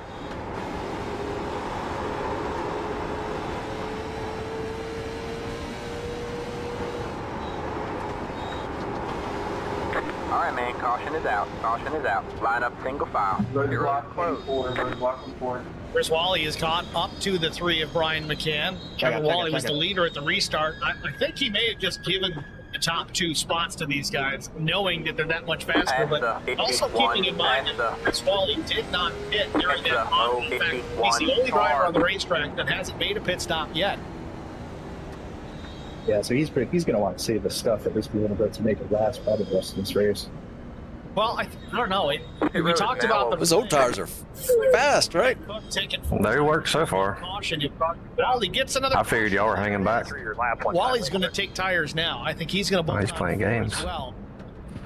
Yeah, I was wondering if he was. Advantage over those that decided they were going to take 4. Yeah, I figured y'all were just saving y'all stuff at this point. I think maybe Josh Funkhauser. Yeah, and I'm pretty sure you can hear me because you started catching me there, and I was like, I'm going to have to pass Kyle. Then all of a sudden, Kyle took off, so he's probably listening. Lucky dog, let him by on the outside. Got your broadcast going. He had position when the yellow flag came out. Let the Man, stay behind the 9. Chris Pitts here. Let's take a look at the. He's a lap down. What happened? Lucky dog going high. Oh, big time pile up in front. Oh, his right rear is shot. Wysocki, Funkhauser, Benfield, Pleak, Bruner. That was a hell of a save, though, on your job, Bart, when Kyle pinched you down. Man, and I thought I was gone. I thought you were, too. I was like, oh, my goodness. What do you do? Just sideswipe me coming out there? Y'all were like paper thin door to door through that whole turn, and then you know, I don't know who came up into who or what, but y'all eventually touched. Yeah, he probably just didn't drive up his normal line. Have to fix it the old-fashioned way or just drive it the way that it is. I'll have to pit here eventually, I know. I'm trying to get to the stage because my finish is going to be what it is, so I got to make my points up with the stages. So that's kind of my strategy with it all.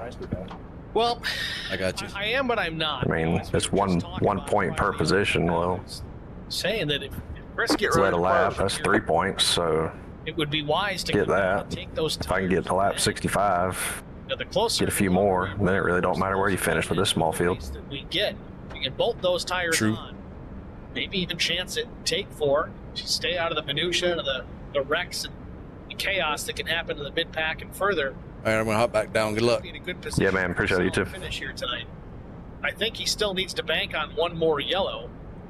How'd you get back on the lead lap? But of course, Lucky, I guess. You got the lucky dog? Yeah. do the same. I wasn't paying attention when you went by. All right, man, we're going green next time by. All right, man, line up on the outside. Could tell. I road almost now. had to run you over to get by you. Hey. I was paying attention to another lap car on the left side. That's my excuse. Kyle Turzak, Brian McCann, Chris Wally, Brent Butler, who had a terrible race number 1, solidly in the top Get 5 ready. right now. Matt Kopp runs 5th.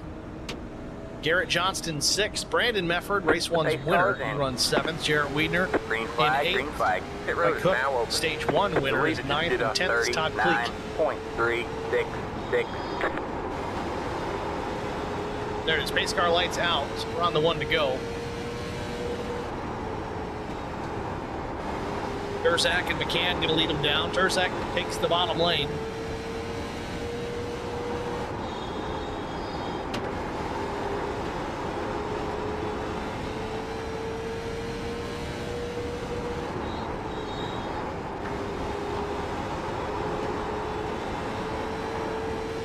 His car is in. No, Zach, go low. Hurry, you're going.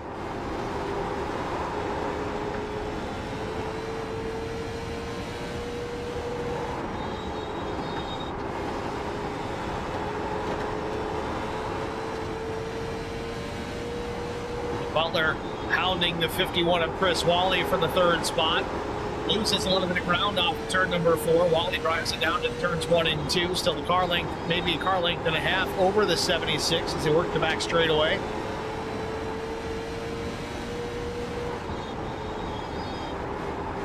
Did he catch the wall? Like Cook battling with Jarrett Wiedner, the 00 and the 99.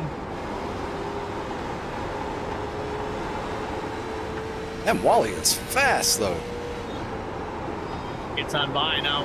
Todd Cleek. Is it because of our working on not taking left sides? to get to the inside? Is that somehow screwing with us? Yet.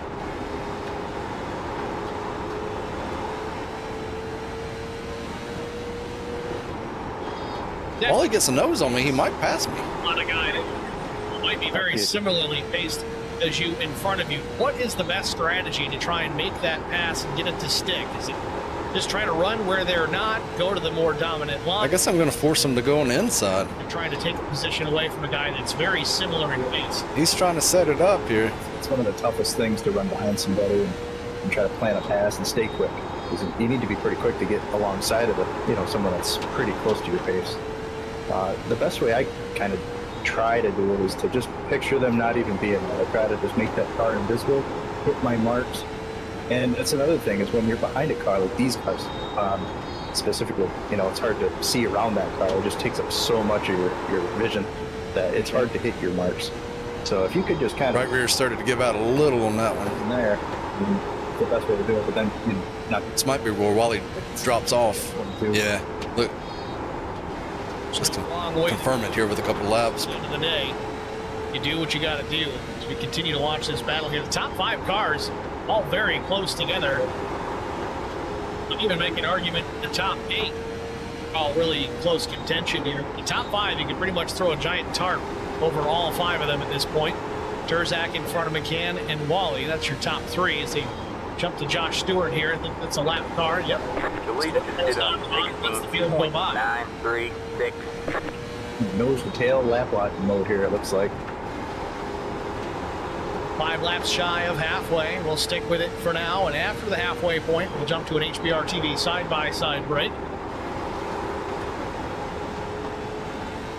I tell you, I know we're at Five Flag Speedway, but man, this looks an awful lot like the second stage of the Daytona 500 did a week ago. Yeah, these guys are ripping around this little track. Even on old tires, though, they're still running pretty fast laps. Turzak 1694, McCann 95, Wally 94. And Wally's on the old tires still. So I wonder if Turzak's still saving his stuff and it's keeping the field in line like this. Because I feel like he could drop the hammer here. And him and McCann could put some distance on these guys if they wanted to. I think they're being conservative about it right now. I think they're driving smart, Steve. I think that's exactly what they're doing. Especially when you look at the consistency of the lap times between the top 5. They're all within half a tenth.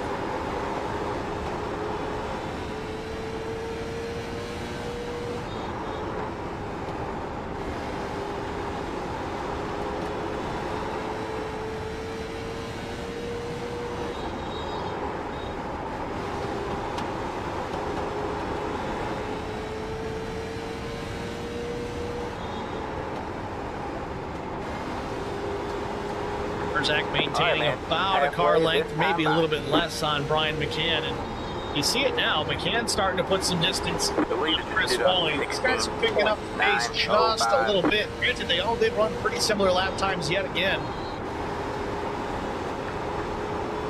63 laps in here. 5 Flag Speedway. We are past halfway. We're going to jump out, get an HBR TV. That lap was a test to see what I had. With us, you won't miss a moment of the action. We'll be back after this. I met Marco Sgarza when we were doing radiothons for St. Jude Children's Research Hospital. We needed sponsors to help us raise money, and he's always the first one to jump in. I would describe Marcos and his team as upstanding, someone you can trust, and he is just a genuine guy. Marcos has been very generous. He has a genuine concern for people. You need somebody that cares about you. And that's what Marcos is, and that's pretty much what this firm is. The Garza Law Firm. Let us help.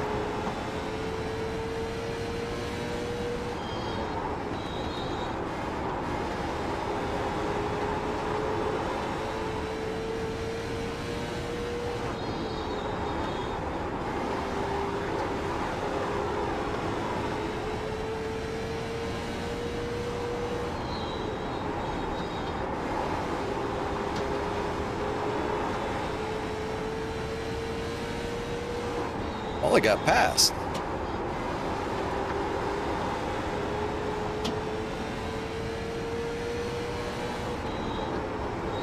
Brink guy's gonna come and pass us all.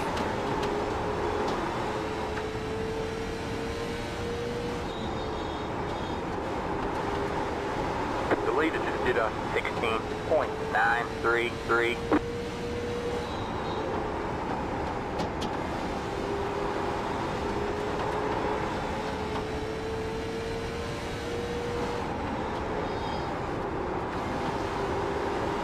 Should I challenge Kyle since Brent's here now?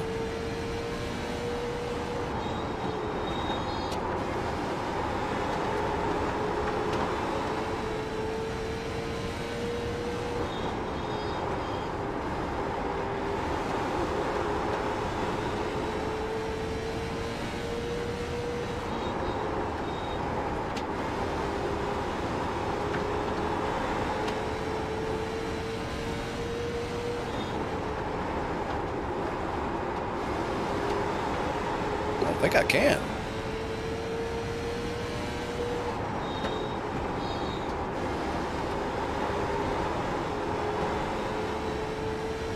All right, Brent kind of backed off a little bit.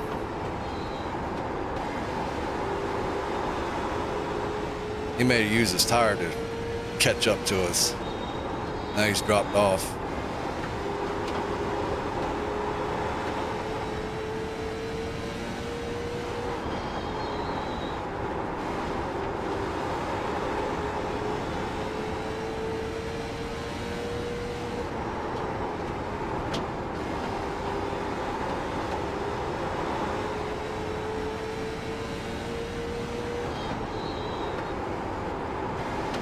The leader just did a 16.994.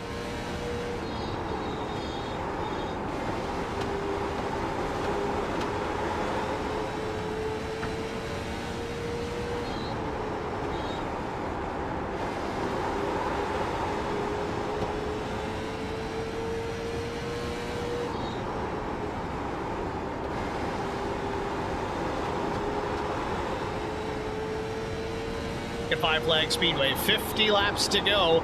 Coming to 49 laps to go. As Terzak continues to lead over Brian McCann, Brent Butler, Garrett Johnston, and Brandon Mefford freshly cracking the top 5. Terzak's in command, certainly got the most laps led to this point. But man, McCann is right there, ready to pounce at the slightest mistake that we typically don't see out of Terzak. Time will tell.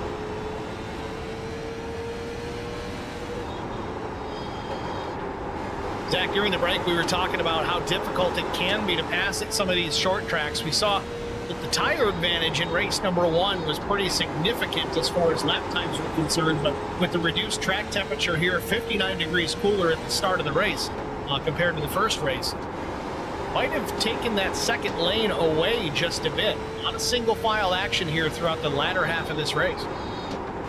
Yeah, it's going to be interesting to see if that other lane comes back, you know, here late this race with people trying to find a way around the guy ahead of them. You know, if it doesn't, we might start seeing that bumper get in some use. And certainly tired of looking at the bumper in the old 51 of Kyle Terzak. I think Ric Flair said it best. You want to be the man, you got to beat the man. And right now, Kyle Terzak, he's the man. Kyle Terzak is the man. Surprised that I didn't get a woo out of you. You know, I was going to sneak it in there before you said what you said, because after you said Ric Flair, that's all that came to mind. New Quick going to hit pit road here. Ooh, that's damage. Machine a little worse for wear. Remember, he was involved in that big pop. Oh, this tire going out? See if this is just a fuel or a tire stop. He pushed a little bit. They said earlier that fuel will likely not be issue. No tires, anything, right side. Hey Ray, how's it going? On the 4 of New Quick. Well, he's out here showing us how to drive, so.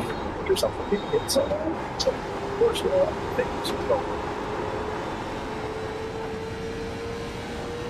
Keep going back. It's the 15th position. 2 laps down. Terzak and McCann starting to stretch their legs over the 3rd place machine of French Butler.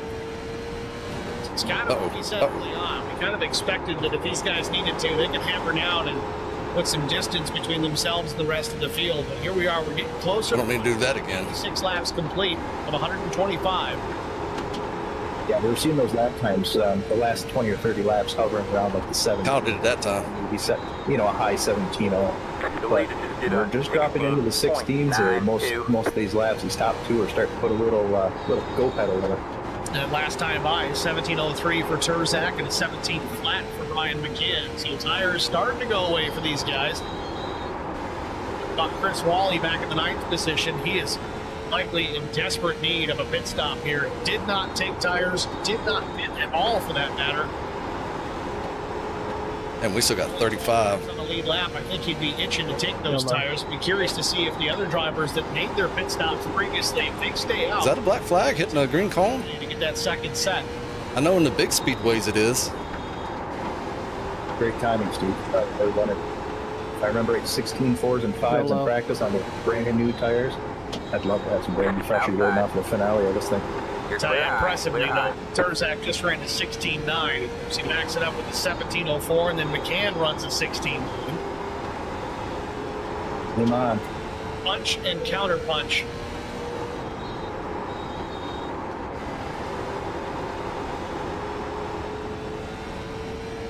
Terzak is using every inch of this racetrack. You saw him. He's about taking the decals off the left side of the car getting into turn 1.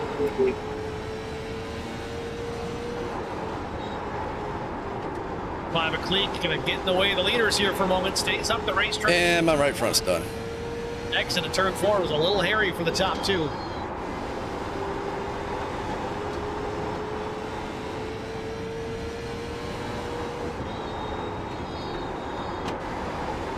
Meter just leaving the pits. 0.1 second stop. Todd Cleek down pit lane. This drove so much different than last race.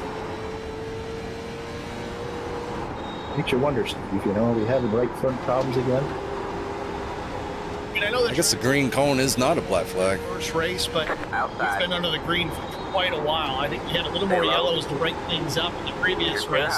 Clear high. I don't know. You might have guys in trouble with that right front before this one's over. I think some of these guys are conscious of that and trying to get after it before it becomes an issue, but I don't know. Guys with a lot of experience in this late model stock, they may stay out. They may know exactly how far they can go on that tire. Some guys have put a lot of practice throughout the course of the week. You got one inside. Still there? Hold your line. Might get interesting there towards the end here, watching these front two guys, put a little more speed into it. They might be burning up their stuff. Larry Bruner, lap car in the middle of the top two for just a moment. Come on, low Jeff. Sturzak to put a car length, an additional car length on the 3 of Ryan McCann. That ruined your rhythm too, Steve. Thank you. But look at this. Is it the 9 car with fresh tires here? This is the 99 of Jared Wiedner. He's the 12th place. Yes, he's right in behind. But this would be a good litmus test here to see the difference in fresh tires versus old. Wiedner was fast in that first race. Feels like it was last race right before the meatball. We'll have to see how it looks. It ain't going to be another meatball race, is it?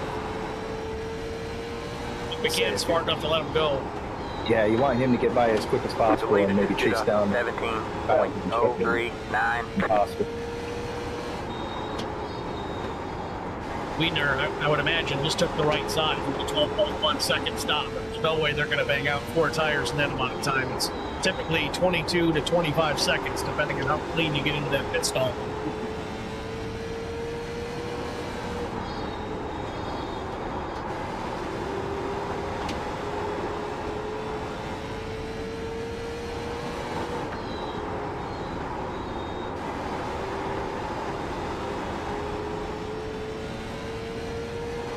Interestingly enough, the fastest lap of the race right now belongs to the 00 of Mike Cook. This lap is 16:59. Only driver dipping it down below 16:06.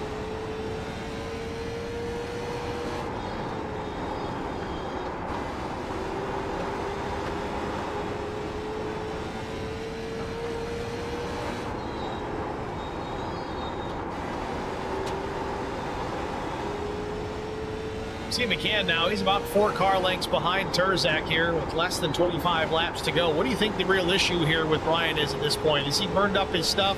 Is he trying to cool down his stuff for a late run? Got one outside. All clear, It almost looked like he had a little bit of a run at him about 10 laps ago, but come some pit stops. I think this might be the answer to your question about those right front tire issues. Brandon Medford, of course, very fast in that first race. Blew the right front as he crossed the checkered flag. Eric Johnston also in the pits. 0.081.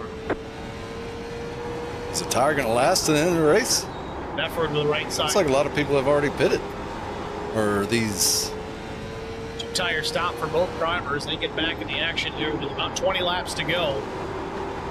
Let me tell you, Steve, if you're Brian McCann and you think you have to pit before the end of this, I'd be pitting right now. I try to short pit, pile as quick as possible, and maybe makes up some track position and get ahead of them. I don't think we have to pit. As you watch that happen in that first race, we talked. But it might be close. McCann had made the pit stop at the exact same time that Turzak did. I know they were on a different strategy. If he had come down at the same time, I think we would have seen a bigger battle between those two. The spotter hasn't called it out yet, so get in some lap traffic, it might hold them up. 15 laps, we might be all right. Pit road, as quick as possible. We probably will be all right. You know, that said as well, I mean, if McCann gets back out there, if he makes a pit stop with fresh tires, even if last time the spotter called it out, allow you to I think it was some options when you're trying 20-30 laps. Traffic, go high, go low, whatever the case. Yeah, we're good. You got hot, worn out tires. That becomes a little bit more of a challenge. You shed lap time. But, I don't know, maybe they think they can go all the way to the end. They made a pit stop at lap 27. They're on the same strategy.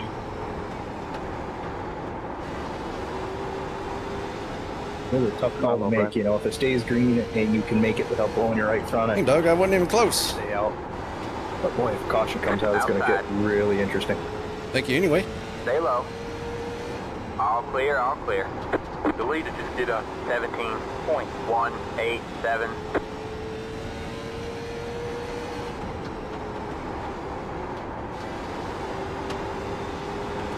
Chris Wally's finally had enough. Up the pit lane here for his tires that he's so desperately wants. But that's the answer to the question. 112 laps on a set of tires. That's how far he went. He's ready. That's a good run by Chris. I still think he's going rights only. Definitely. There it is. And I'm going to guess here, Wally may have made that pit stop out of necessity rather than choice. He may have lost that right front tire. Unfortunately, I don't have any data to display that, but...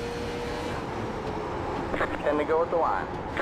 But the difference being 25 more laps than the other guys that have not hit yet should be able to make this if they didn't burn through it quick.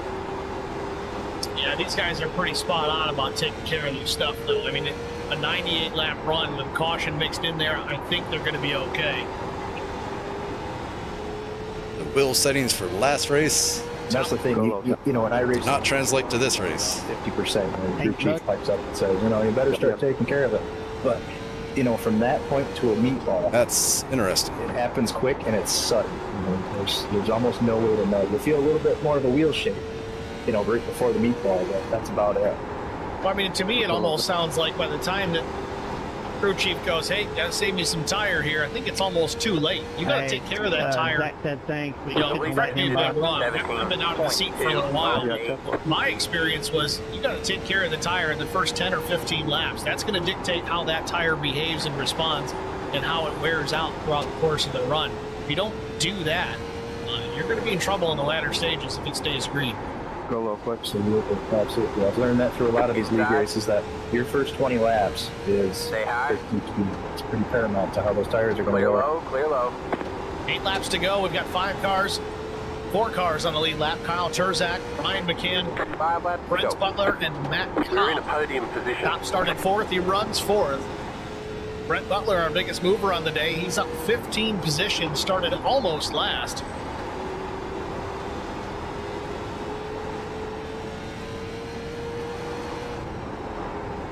That right front is jello.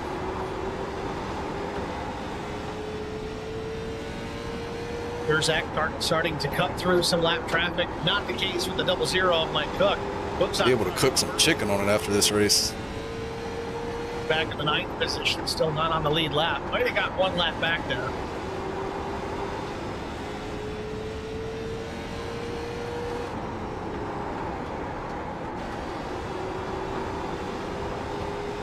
And 2 laps to go. Not able to keep pace with Terzak here late in this run. 2.6 seconds the advantage for the 051.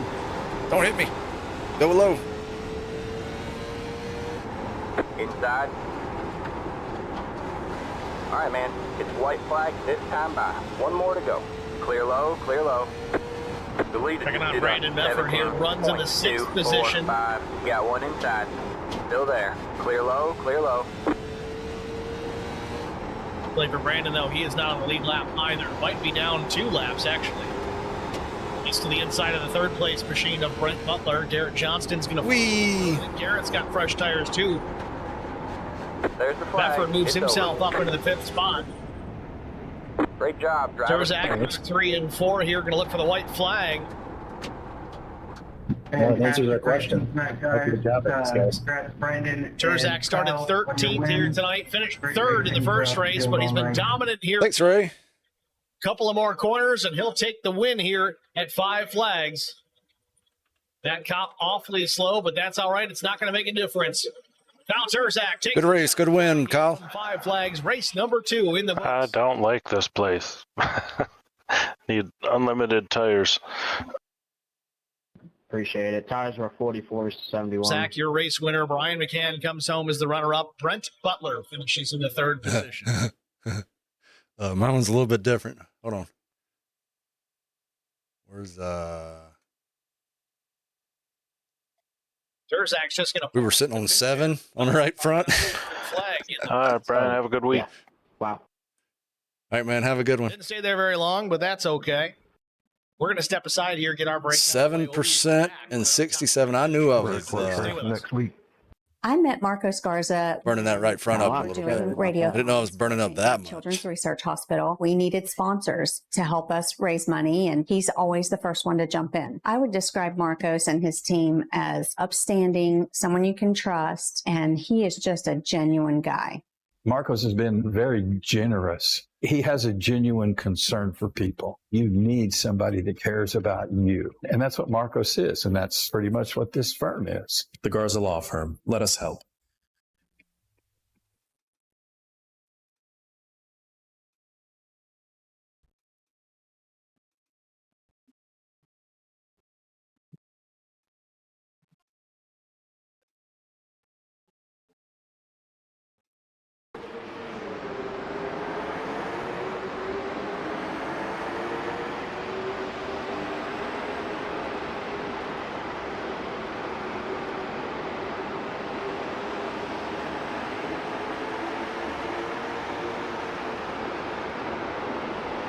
Little hectic start.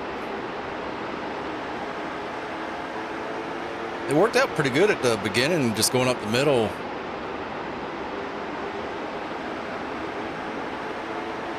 I forget what happened. I couldn't go up the middle anymore. That 84, who is that?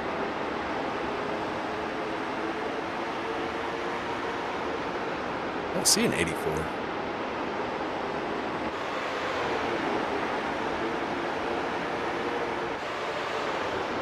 Matthew Kopp?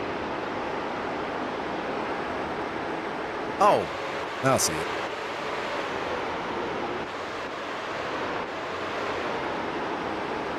Yeah, Matthew wouldn't let me go up the middle anymore. Then I tried the high line, and there's his marbles up there. To all custom racewear apparel. There was no grip. Home to iRacing apparel. Pick it up today at rnrraceware.com.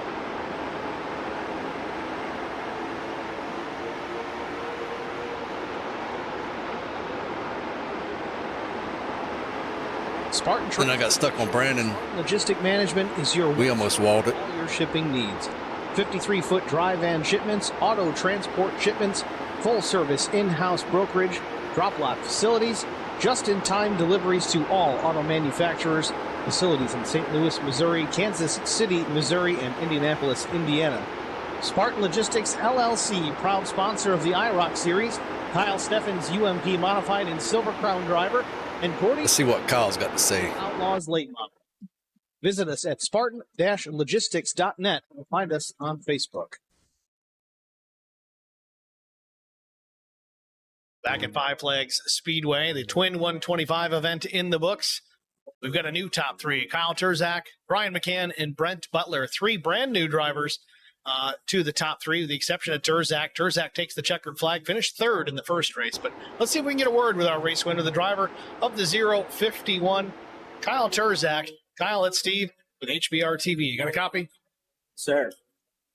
Kyle, congratulations here. You had to start near the back here. I think it was 13th after the inversion. Did not take very long to get up towards the front. Saw a little bit of contact as you worked your way through the mid-pack of the field. What was that all about? Did you have some contact? Any damage to the race car? It certainly seemed pretty quick there after the fact.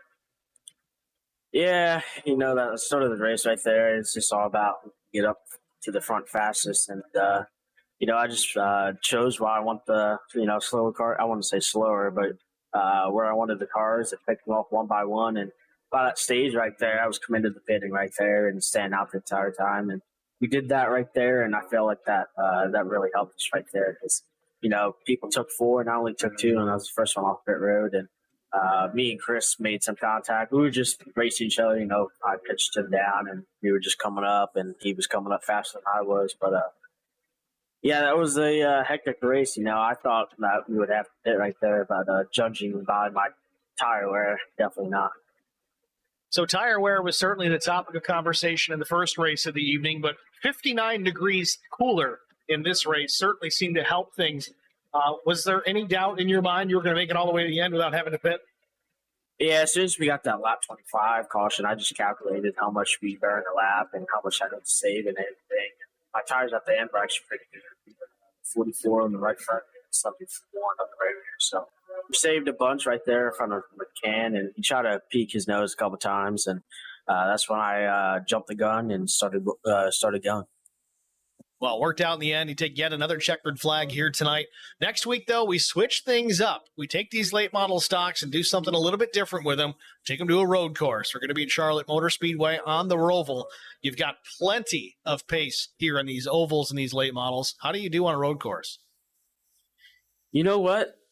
I don't run officials road course that often, but when I do, I'm really fast, especially at Roval. So I never raced this thing here, so this is going to be interesting. So I feel like that if I put enough practice in it, which I probably will because I never ran a late model on the road course, and I feel like I got a pretty good shot if I can just get locked in and do some practice.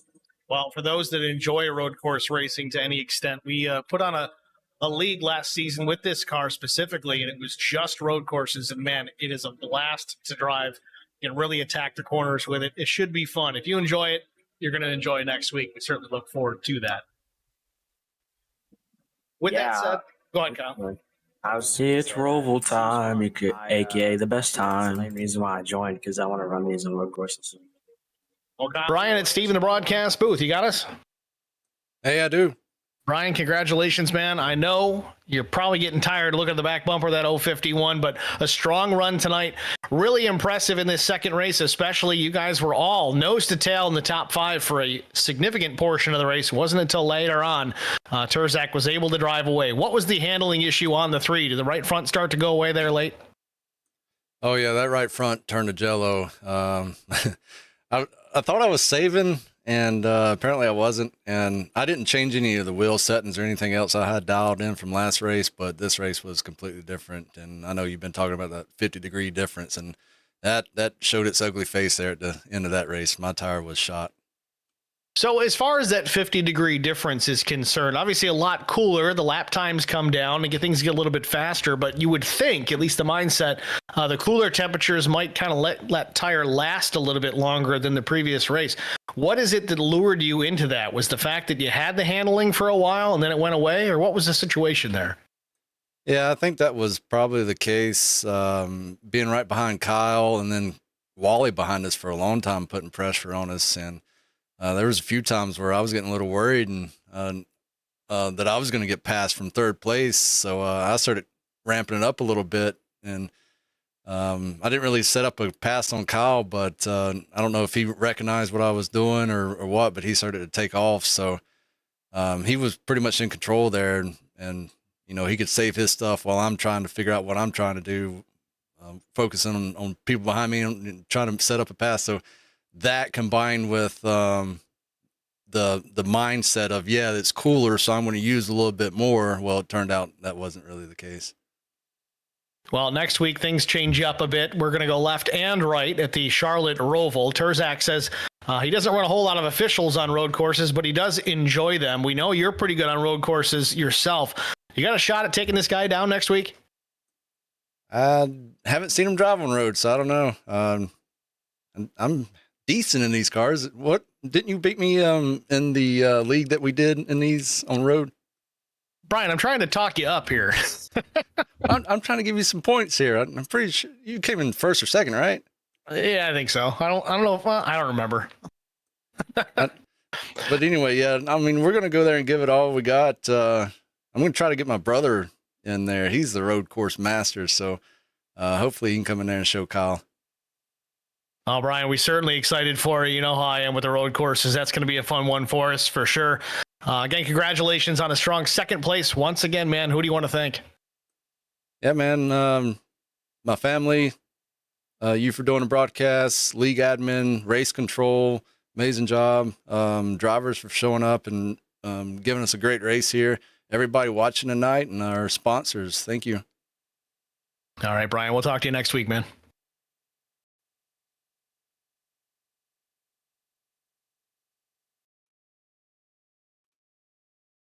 Steve wouldn't. I can't remember if Steve got first or second. One for us for Maybe sure. he didn't. I don't know. Again, congratulations give it up. on a strong second place once again, man. Who do you want to thank? Yeah, man. My family, you for doing the broadcast, league admin, race control, amazing job. Drivers for showing up and giving us a great race here. Everybody watching tonight and our sponsors, thank you. All right, Brian, we'll talk to you next week, man. Second place, Brian McCann. Looking forward to the Charlotte Roval. I don't know, don't let him fool you. He talks it like, I'm okay on road courses now. Brian McCann is tough on road courses. Again, we talked about it with Kyle Turzak in the league that we ran with No Bull with these cars. He is stout, so it should be a fun one to watch next week, him and Kyle Turzak battling out. Maybe somebody else who's got some road course background. We'll see how it plays out. But next, we're going to talk to third place finisher Brent Butler, the driver of the number 76. I was stout enough for third place. Our third place finisher, Brent. It's Steve with HBR TV. You got us? Yeah, I got you. Brent, congratulations, man. A third place run after starting back in end up dropping this position. Dead last here tonight. Walk us through your race. What was the plan of attack coming into it, trying to go from worst to first? Unfortunately, just a third place finish, but pretty stout. Walk us through it. Basically, I knew with that stage caution, I knew I needed to go as fast as I could, make up as many positions as I could until the stage, and then pit and save my tires. So it looks like everybody that took 2 tires ended up pretty close to up front, and that's pretty well the strategy I wanted.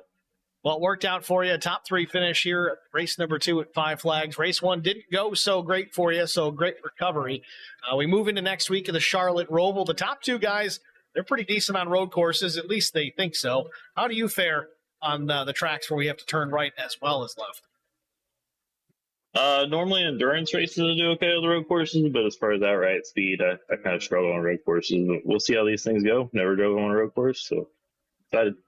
Certainly looking forward to it. Brent, congratulations again. Who do you want to shout out to before we let you go? Just everybody that runs this league. You know, they do a good job. Everything was super easy to get set up and get going, and it all looks great, and you do a great job with the stream, so thank you. All right, Brent. Thanks for talking to us, man. Good luck next week. Thanks. All right, I'm out. Your third place Later. from 5 Flags Speedway. That's going to do our